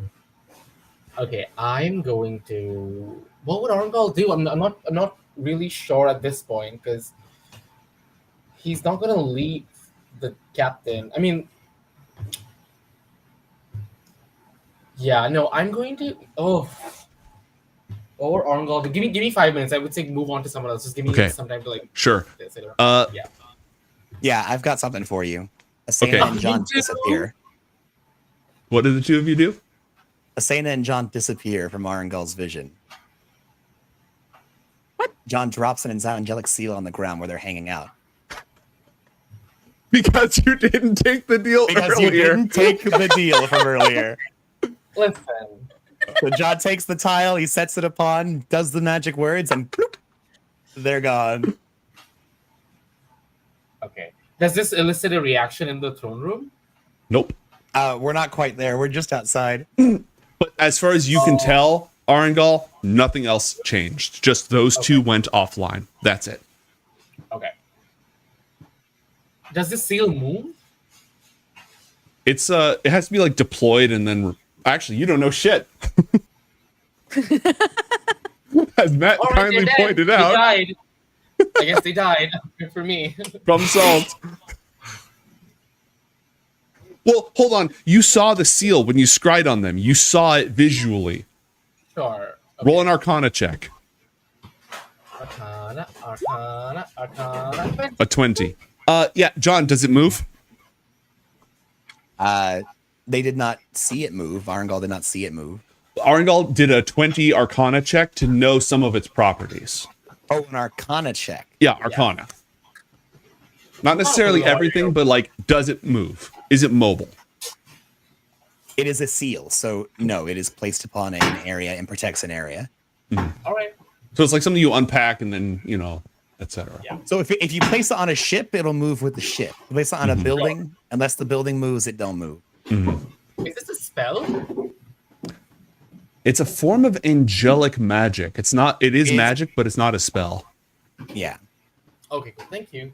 Yeah, it's celestial in nature. Whoever this person is, they have access to angelic powers. And we would have picked a safe spot to where we can look at them but can't be seen because it's going to break the invisibility when John sets up the seal. Oh, if I do have some time, I'm gonna have a health potion because I did take some hit. Okay, yeah, go ahead and heal 2d4 plus 2. Thank you. 44 plus 4. Arangal can have the good stuff. Okay, was there... Tragic. Was there anything else that John and Asana are doing? Are you going to take 10 minutes to cast Scrying? Do you think we should? It... I'm not talking to you, man. I ain't looking at you. Understandable. Have a nice day. Yeah, I mean, it's like a fast forward into saving the captain and getting to the enemy. Sounds good to me. And I'm dropping the spell points and show me the captain. All right. While this is happening, a couple of other things. Abora, you are semi-conscious. And you are bound and gagged. Would you like, and all of your friends are gone, and you've been locked in a cupboard, essentially. You've been locked in this, and you don't really know how you got here because you were knocked unconscious a while ago. Is there anything you want to do while you're here? Do you want to try to make an escape? Do you want to do anything tricky? Got any ideas? I think I want to try and reach for my dagger if I can. Okay. And try and break myself free. Okay. Roll a acrobatics check. Oh, you picked the wrong acrobat. I should have disarmed you as well. Fuck. Okay, mistake. I feel like you were just blown away by the fact that the captain was like, just do it. Do it. You've never seen a mortal just not beg for their life before. That is true. Just that raw, unadulterated madness. Okay, so Captain, your bonds are metal manacles. Now, I doubt that's going to stop you from trying to use your dagger to cut through them. After all, I'm sure that's something that Captain Flig Norkin could pull off, right? It requires some bending, some twisting, a whole bunch. And after a few minutes while Arangal is cooking and John's casting this scrying spell and all this stuff, finally, after a few minutes, you've grabbed your dagger. However, in order to do it, you had to escape out of the manacles, which you also successfully did without even noticing, because the escape DC on those is a 20. So, you have your knife. You are still like manacles are still on you, but they're not like they're only on one arm and one hand. So they're loud, but you have free motion. What else do you do? I look around the room for just to kind of get a gauge of where I am. Okay. It's a very small, very cramped quarters. Let's just see if there's anything in here. Oh, yeah, you can't, right? I can't actually move you because I have to move you. Okay. Yeah, this is a storage room, but all the crates have been removed from it. And there's like a threadbare mat on the floor and a locked door, and that's it. So is there someone in the room with me? There is not. Also, wasn't he sedated? What was that? Wasn't he sedated? Yeah, but he's got a hell of a constitution. So he here's the situation, okay? He has manacles attached to his arm and leg, and they're loud. Has like 1 hit point from being knocked unconscious, and is drugged. But Okay. on his feet and able to look around. Okay, so can I tell that I'm on a ship? Well, I Yes, should be you're a able to spelljammer captain. because- You can tell you're on a ship. Yeah, I can tell I'm on a ship. And Mm-hmm. well, so there's no one in the room with me. Correct. If I turn dynamic lighting back on, you will see nothing probably because it's completely dark in here. It's completely dark. Okay. Yeah, but like the room is not. Oh, I have to put you back in the room. Whoop! There you go, back in the room. The room is very small, like bonk, bonk, Okay. bonk, bonk. Okay. So I'm just trying to quietly feel around the room. Mm-hmm. Should I light a torch? You could light a torch if you want. I'm going to Where are light you a getting the torch torch. from? It's on him. Well, okay, where'd you put his equipment? Right? You didn't throw him in with his entire a hidden dagger? Sure, absolutely. A hidden earpiece? Yes. But you're not an idiot. Where'd you put his equipment? Got rid of it. Just like dumped it? Yeah, I have no plans to Damn. let this person live. Like, well, Yeah. according to the Charter of Adventures, it should be in a locked room just around the corner. And then you see it just like getting dumped out of a bag into some pit somewhere. All right. Your situation is slightly better, but we are going to go ahead and pan away from you. Actually, Damn. at that exact, because we're about to end tonight's episode. That's why. However, at that exact moment, I want to do a couple more things. First off, John, your scrying reveals Captain Flig in a very dark room, which you can see because of your devil sight. I'm just going to drop you in here like you exist. Oh my gosh! What? Boop. It lasts for 10 minutes. How long does it last for? How long does it last for? It lasts for the duration 10 minutes. Okay. Because of the way the concentration works, the seal is temporarily lowered. So boom, Asana and John are back in. Oh, thank you. John could lead Captain Flig because of his devil sight through. He can do the whole in the earpiece. All right, now go forward. Now go left. Now go right. Oh my And he can God. walk him out of this place. Okay, so here's where we're going to end tonight's episode, all right? Bombay. John and Asana pop back up on your radar. Captain Flig. You get John's voice in your ear telling you that he's going to guide you through things. Asana, before your eyes, several things happen all at once. Before Shadowblade assassins creep up, you see them creeping above the queen's throne. Ooh. You see the high priestess Vuthonis of the house of Balin, I believe it was Balin. I'll look at it again. It is Accusing the house. Oh, go ahead. accusing Bainval, right, of the house of Bainval, preparing to dethrone the queen for failure to protect the city from this threat. And you see Royal Consort Thiam and a team of mages burst into the chamber from the side. And with hate in his eyes, he arcs up a spell and sends it flying right at the throne. What? And that's where we're ending tonight's episode. Whoa. Thank you, everybody, for joining us. Stick around for the Loriander post show starting in mere moments. And then in 2 weeks, we'll explain why later. In 2 weeks, we'll have the dramatic conclusion to Shadow of the Spider Moon.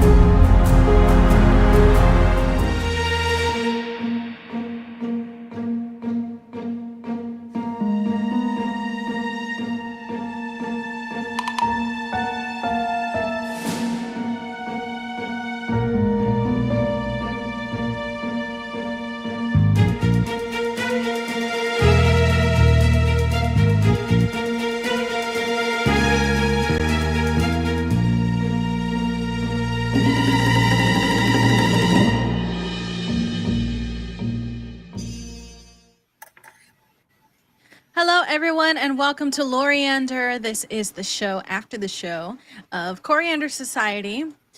We are going to do a little talk back with the members of our cast. If you have any questions, please be sure to post them in chat so that way we can get to them. Let's start by checking in with everyone. Abhora, how are you? And how was this episode for you? I'm conscious and ready to die. Do you want to die? No, it wouldn't be on the top of my priorities. I enjoy playing with you guys, and it would have broken my heart to be kind of shoved off this mortal coil, but I did find that it was kind of a cop-out that you wouldn't just eat my brain, Bombay. I feel like that was a little out of character. for a cruel being such as yourself. You're a little merciful, which was very disappointing. I'm a little softy because also, you're not my target. Ooh. It just doesn't seem like And you there's would no point in waste. killing you. There's no point in killing you when I can still use you as bait.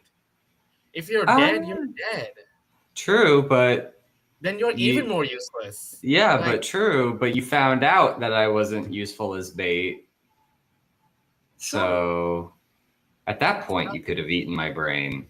But Honestly. but technically, it looks like you might be useful as bait. This could be the Ulithrid's plan all along. They have an intelligence far beyond what a mortal might be able to conceive, and they believe that even though one of our party might not have been interested in rescuing you, that doesn't mean they could have even possibly been lying. Who knows?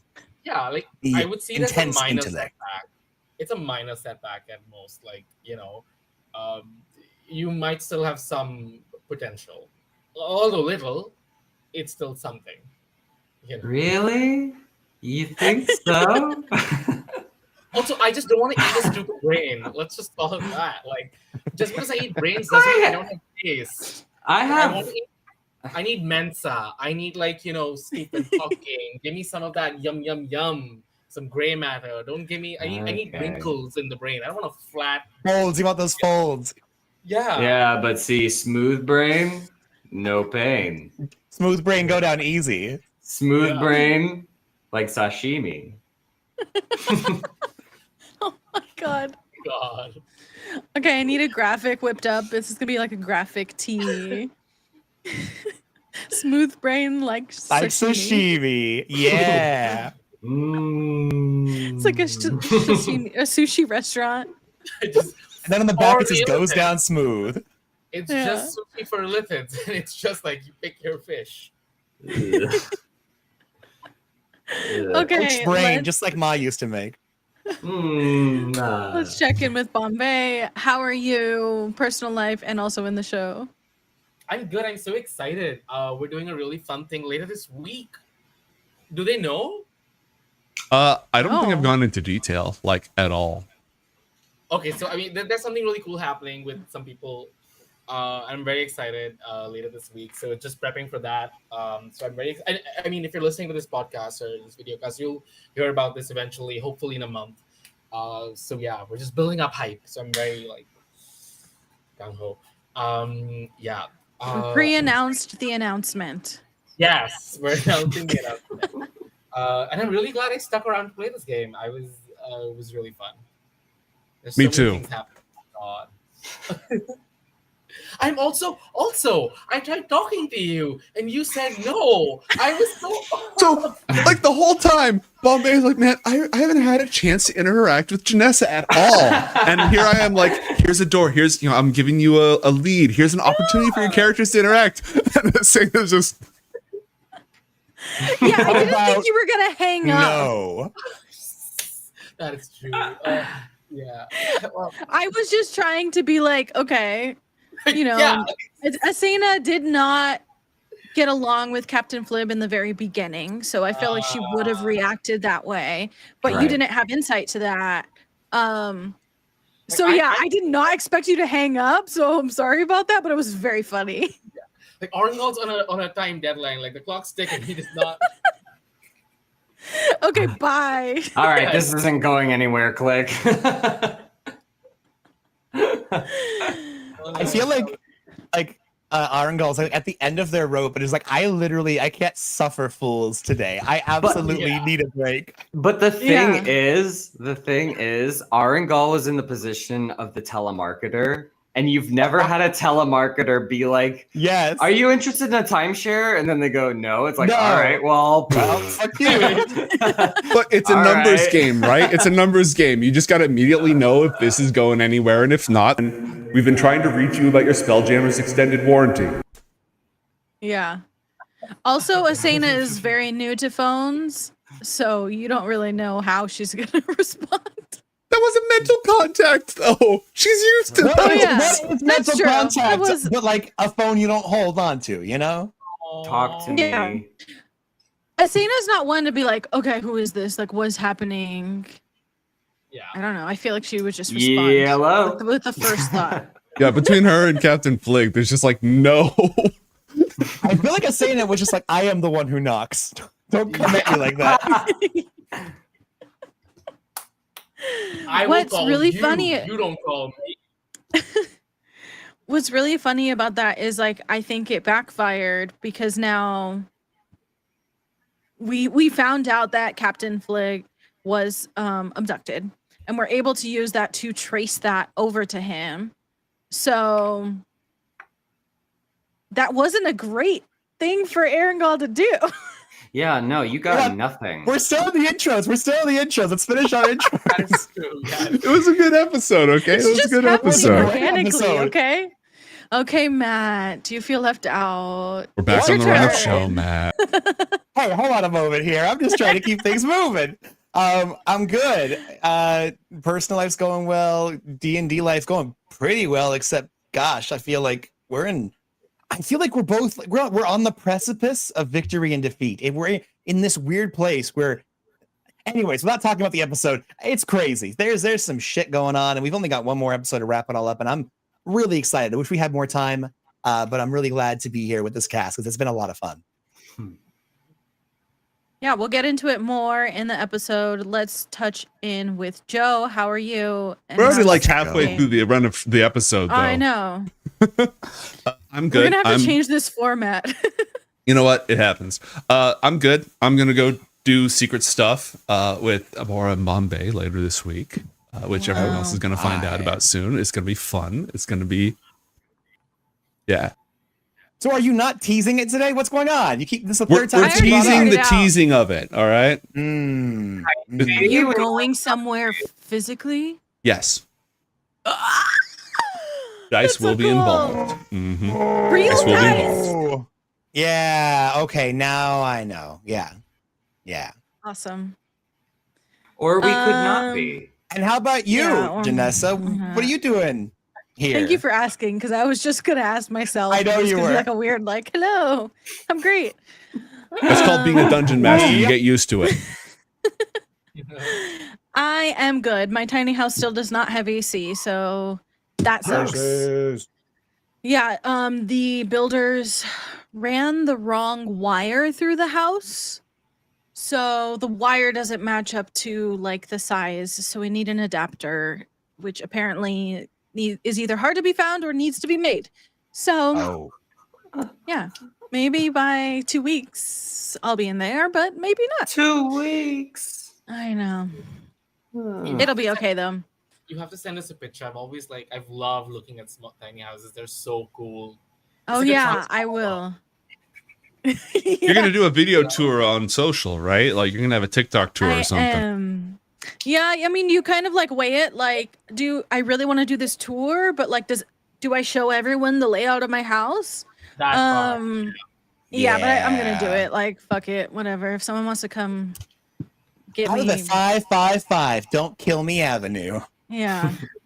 I One, two. live in a very rural spot. If you're gonna come stalk me, like, it's gonna take a lot of effort. I don't think Emma's gonna do it. Yeah. Okay. Anyway, let's jump into the episode. Let's start where a surprising moment was when Arangol surprises Captain Flig at the dark market, stuns everyone, and captures the captain. We were not even here for this. No, we got braked. Hey, you guys want to take a GM told us break? You go ahead. Don't worry about it. This is gonna be a action scene. It's gonna take a little time. Just grab a drink, whatever. It took 5 minutes. Okay, so I don't have a question. So why don't you guys just talk about what you thought about that and what was fun? Wow, Well, great. Well, for me, I was stunned. Okay, Oh, so wait, wait, how I have did a it thing for that. happen? They just like touched you, or like? No. I was busy stealing anything that wasn't tied down, and all of a sudden, an octopus walked in and mind blasted A lot of us. I didn't even have time to turn around, but my faithful companion, Glebnor, jumped into action, defending the rest of us. How noble. And he did. He failed, but he tried. Yeah. He's not too good. He got a couple of punches in, though. Yeah. And then it was easy. Like I was like, I just got get in, get one of them, and get out. That was the plan. So your plan was just any of them, and then you ended up with the captain. Yeah, like I needed someone who had connections to the party, and he was, for some reason, like, I mean, y'all separated for a reason. I just was like, okay, this is my time. I got onto my bike, I guess my speeder bike, and this other thing just was like, let's go. You're not gonna get an opportunity like that again. And yeah, that's what I did. Pretty brutal, but we did see you spare the captain in a little bit, even though you did jam a tentacle down his mouth. I think that was a really nice, like, not killing him, but still being really terrifying. Yeah. Yeah. No, that was that was kinky. I think we all had that thing in our brain. I've seen enough, you know what, to know where this is going. I think that was just you, Matt. Was it just me? Okay, well. The thing is, like, jumping in real fast, though, I always appreciate it when players think of the other players before this. Like, yeah, sometimes it breaks immersion, which I think Bombay had plenty of reasons to not just eat your brain, which are tactical and explicable, but also it would suck for you to just, get eaten halfway through, and then that would suck. If you're gonna die, you die in the last 30 minutes of the series. Of the last episode, we still have one more. Yep. Yeah. I'm not, I'm not suicidal or anything. I just think for good storytelling, you have to kill a couple characters, is all. Yeah, and I'm gonna kill that whoever that person was that raged and took 2 swipes at me is dead. Well, that is gonna lead to some vengeance, buddy. What? Sounds That's like a true. new problem. I may not have been too fond of Glebnor, but god damn it, he was my first mate. I do have to give it to Apora for all of the tentacle puns and insults that you threw out. Yeah. They were amazing. Till I ran out. I was like, when you were asking me who my partners were, I was like, oh, what's a fast food chain that has octopus? Huh. No, there's no Kentucky Fried Chicken for That's octopus. not a thing. I can't be like, It's Long John Silver's. Silver's, I was thinking the same thing, yeah. my partners are Kentucky Fried Chicken and Long John Silver's, you bitch. That's so good. Honestly, Bombay, you're restraint because I might have killed him. When you started so calling, close. when you started calling me a bore, I thought I went like kind of over the line. I thought No. It's just hard for me to remember everyone's character names. Yeah. That's why I was like, oh, Captain. I'll just go with Captain. I'm like, there are 2 captains. But yeah, So yeah, no. If it, not at all. If Okay, it- like, When you were ever gone, do- we started calling you Agamemnon. I I think think I Apora did. Yeah. I did say that. The good thing about this character is that it allows me to be at the top of my intelligence because the intelligence is not that high. So that's a very low bar to clear. yeah. You have freedom. You have the freedom to do literally whatever you want. It is freeing, but I do wish that I had put a little bit more strategy and a little bit more research into this character like Bombay has. I really feel like after being blindsided and just completely spanked, I wish that I had at least given up somewhat of a fight. And I do like watching the cat and mouse of John and Arugula just go arugula. To give you some credit, like he is ridiculously overpowered. Like the things he gets to do is just like, very OP. Which I think, which is credit to everyone else that you're actually keeping up. Some, which is very Yeah. cool. Yeah, I love it. I mean, maybe in this next episode, we'll see what Captain Flib can do with the help of John to get out, or we'll see. I think that setup's really interesting. For now, let's transition to talking about. I can't say their names. What are these demons called? Yucklol. Yeah, I'm just gonna call them the demons. So That's fine. Yuck lol, like yuck laugh out loud. Yuck lol. Yuck lol. Lol. Yuck lol. Yuck, lol. Lol, I actually sent Matt like a DM the other night, like, oh, those drow twins, they're so cute. And then he's like, you know that they're sludge, right? I was like, oh yeah, I forgot. I remember I went on Forgotten Realms, grabbed the picture, sent it to you, and you were like, ew.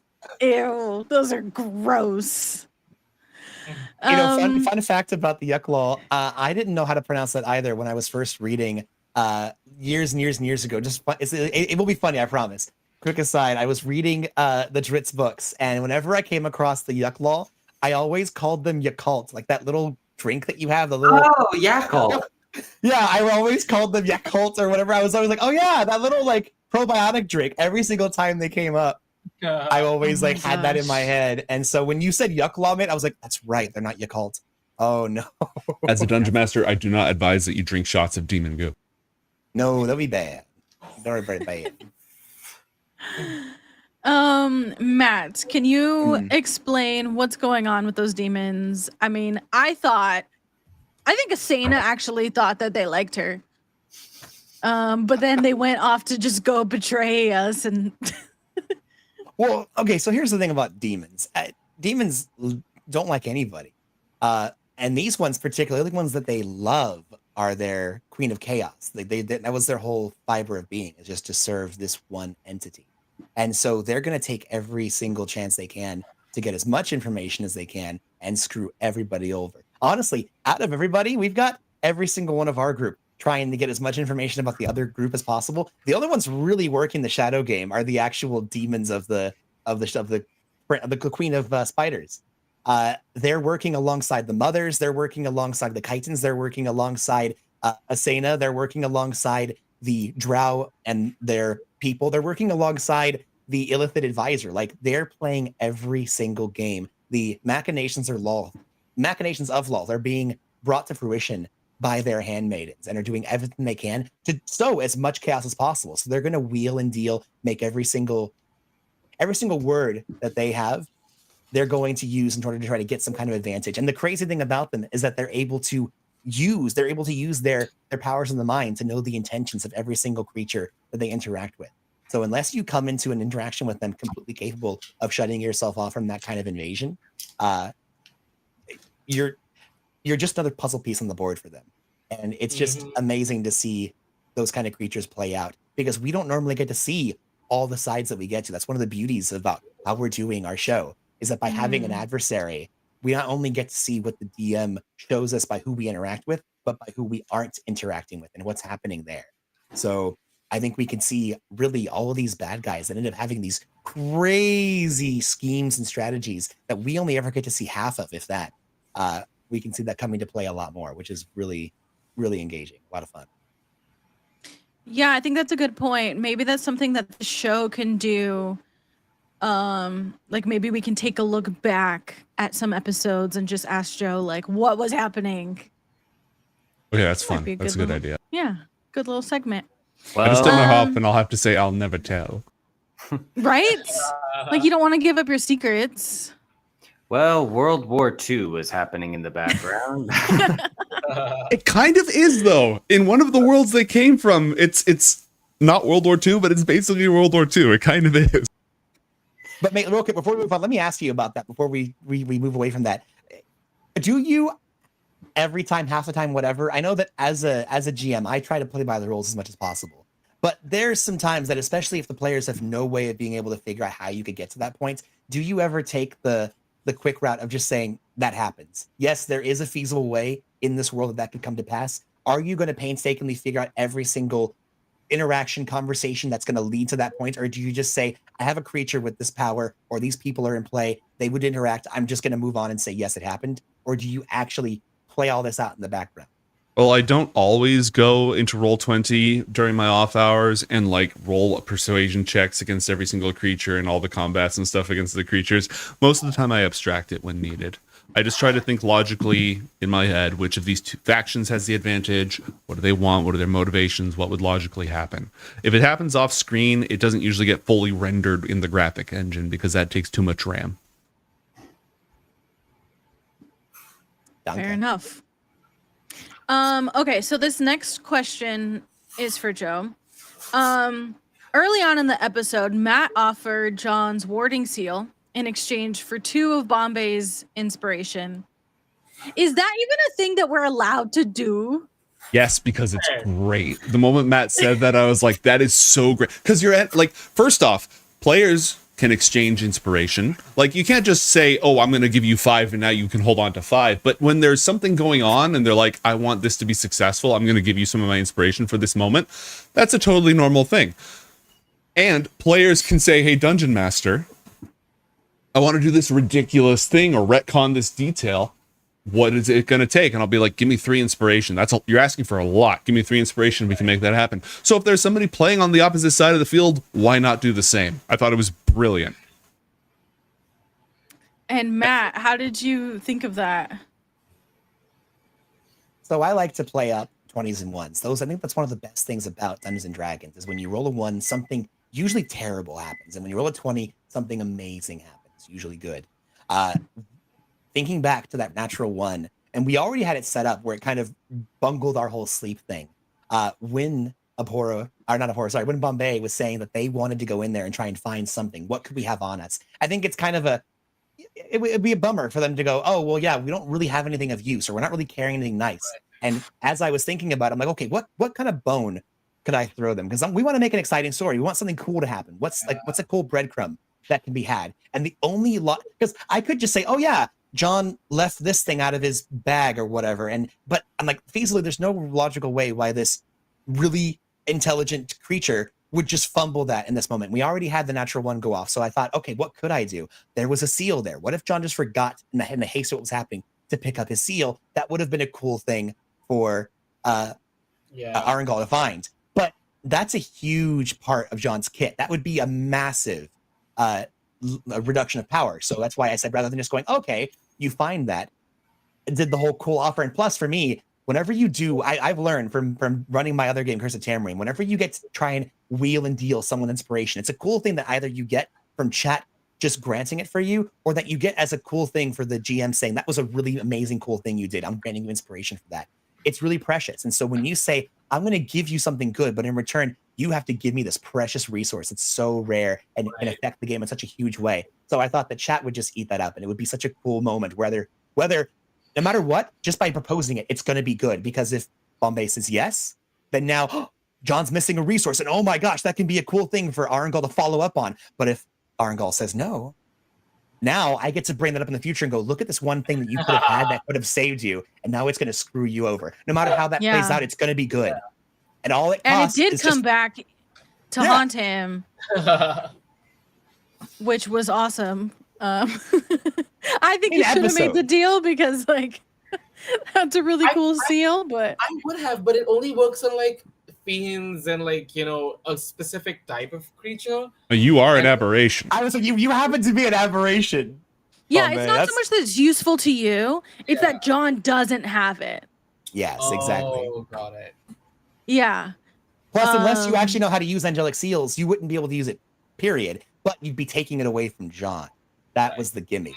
One of John's nopes goes away. Because that's the whole thing. Is John that strong? He doesn't have a lot of hit points. He's got a pretty decent amount of armor class, and he's got a lot of spells. But outside of all his note buttons, if you pin him down, he's a mortal with a brain, and you happen to eat brains. So every note that's gotten... Honestly, John's like a legendary creature. As long as you can get rid of his legendary resistances and stuff, then he's in trouble. Human. He's just a guy. Yeah. Okay, we are running out of time in this episode, but I still want to talk about the moment where John and Asena realize that they can call Captain Flig, because that was an amazing moment. It was so good.